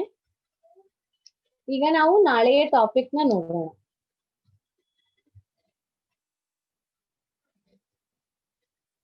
ನಾಳೆಯ topic Swami Vivekananda, an inspirational leader. Swami ವಿವೇಕಾನಂದರ ಪ್ರೇರಣಾದಾಯಿ ನೇತೃತ್ವ, ಇದು ನಾಳೆಯ ವಿಷಯವಾಗಿದೆ. 5 ದಿನಗಳು ನಮ್ಮ ಜೊತೆ ಇದ್ದು ನಮ್ಮ ಈ ಕಾರ್ಯಕ್ರಮದಲ್ಲಿ ಭಾಗವಹಿಸಿ ವಿಚಾರಗಳನ್ನು ಕೇಳಿಸಿಕೊಂಡ ನಮ್ಮ ವೀಕ್ಷಕರೇ, ನಾಳೆ ಕೂಡ ಭಾಗವಹಿಸಿ ನಮ್ಮನ್ನು ಪ್ರೋತ್ಸಾಹಿಸಿ ನಮ್ಮನ್ನು ಸಪೋರ್ಟ್ ಮಾಡಿ.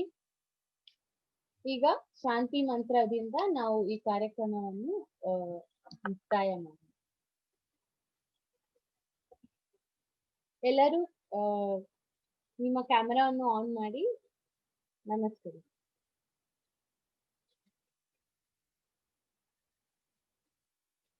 ಸರ್ವೇ ಭವಂತು ಸುಖಿನಃ, ಸರ್ವೇ ಸಂತು ನಿರಾಮಯ, ಸರ್ವೇ ಭದ್ರಾಣಿ ಪಶ್ಯಂತು, ಮಾ ಕಶ್ಚಿತ್ ದುಃಖವಾಗ್ ಭವೇತ್. ಧನ್ಯವಾದಗಳು.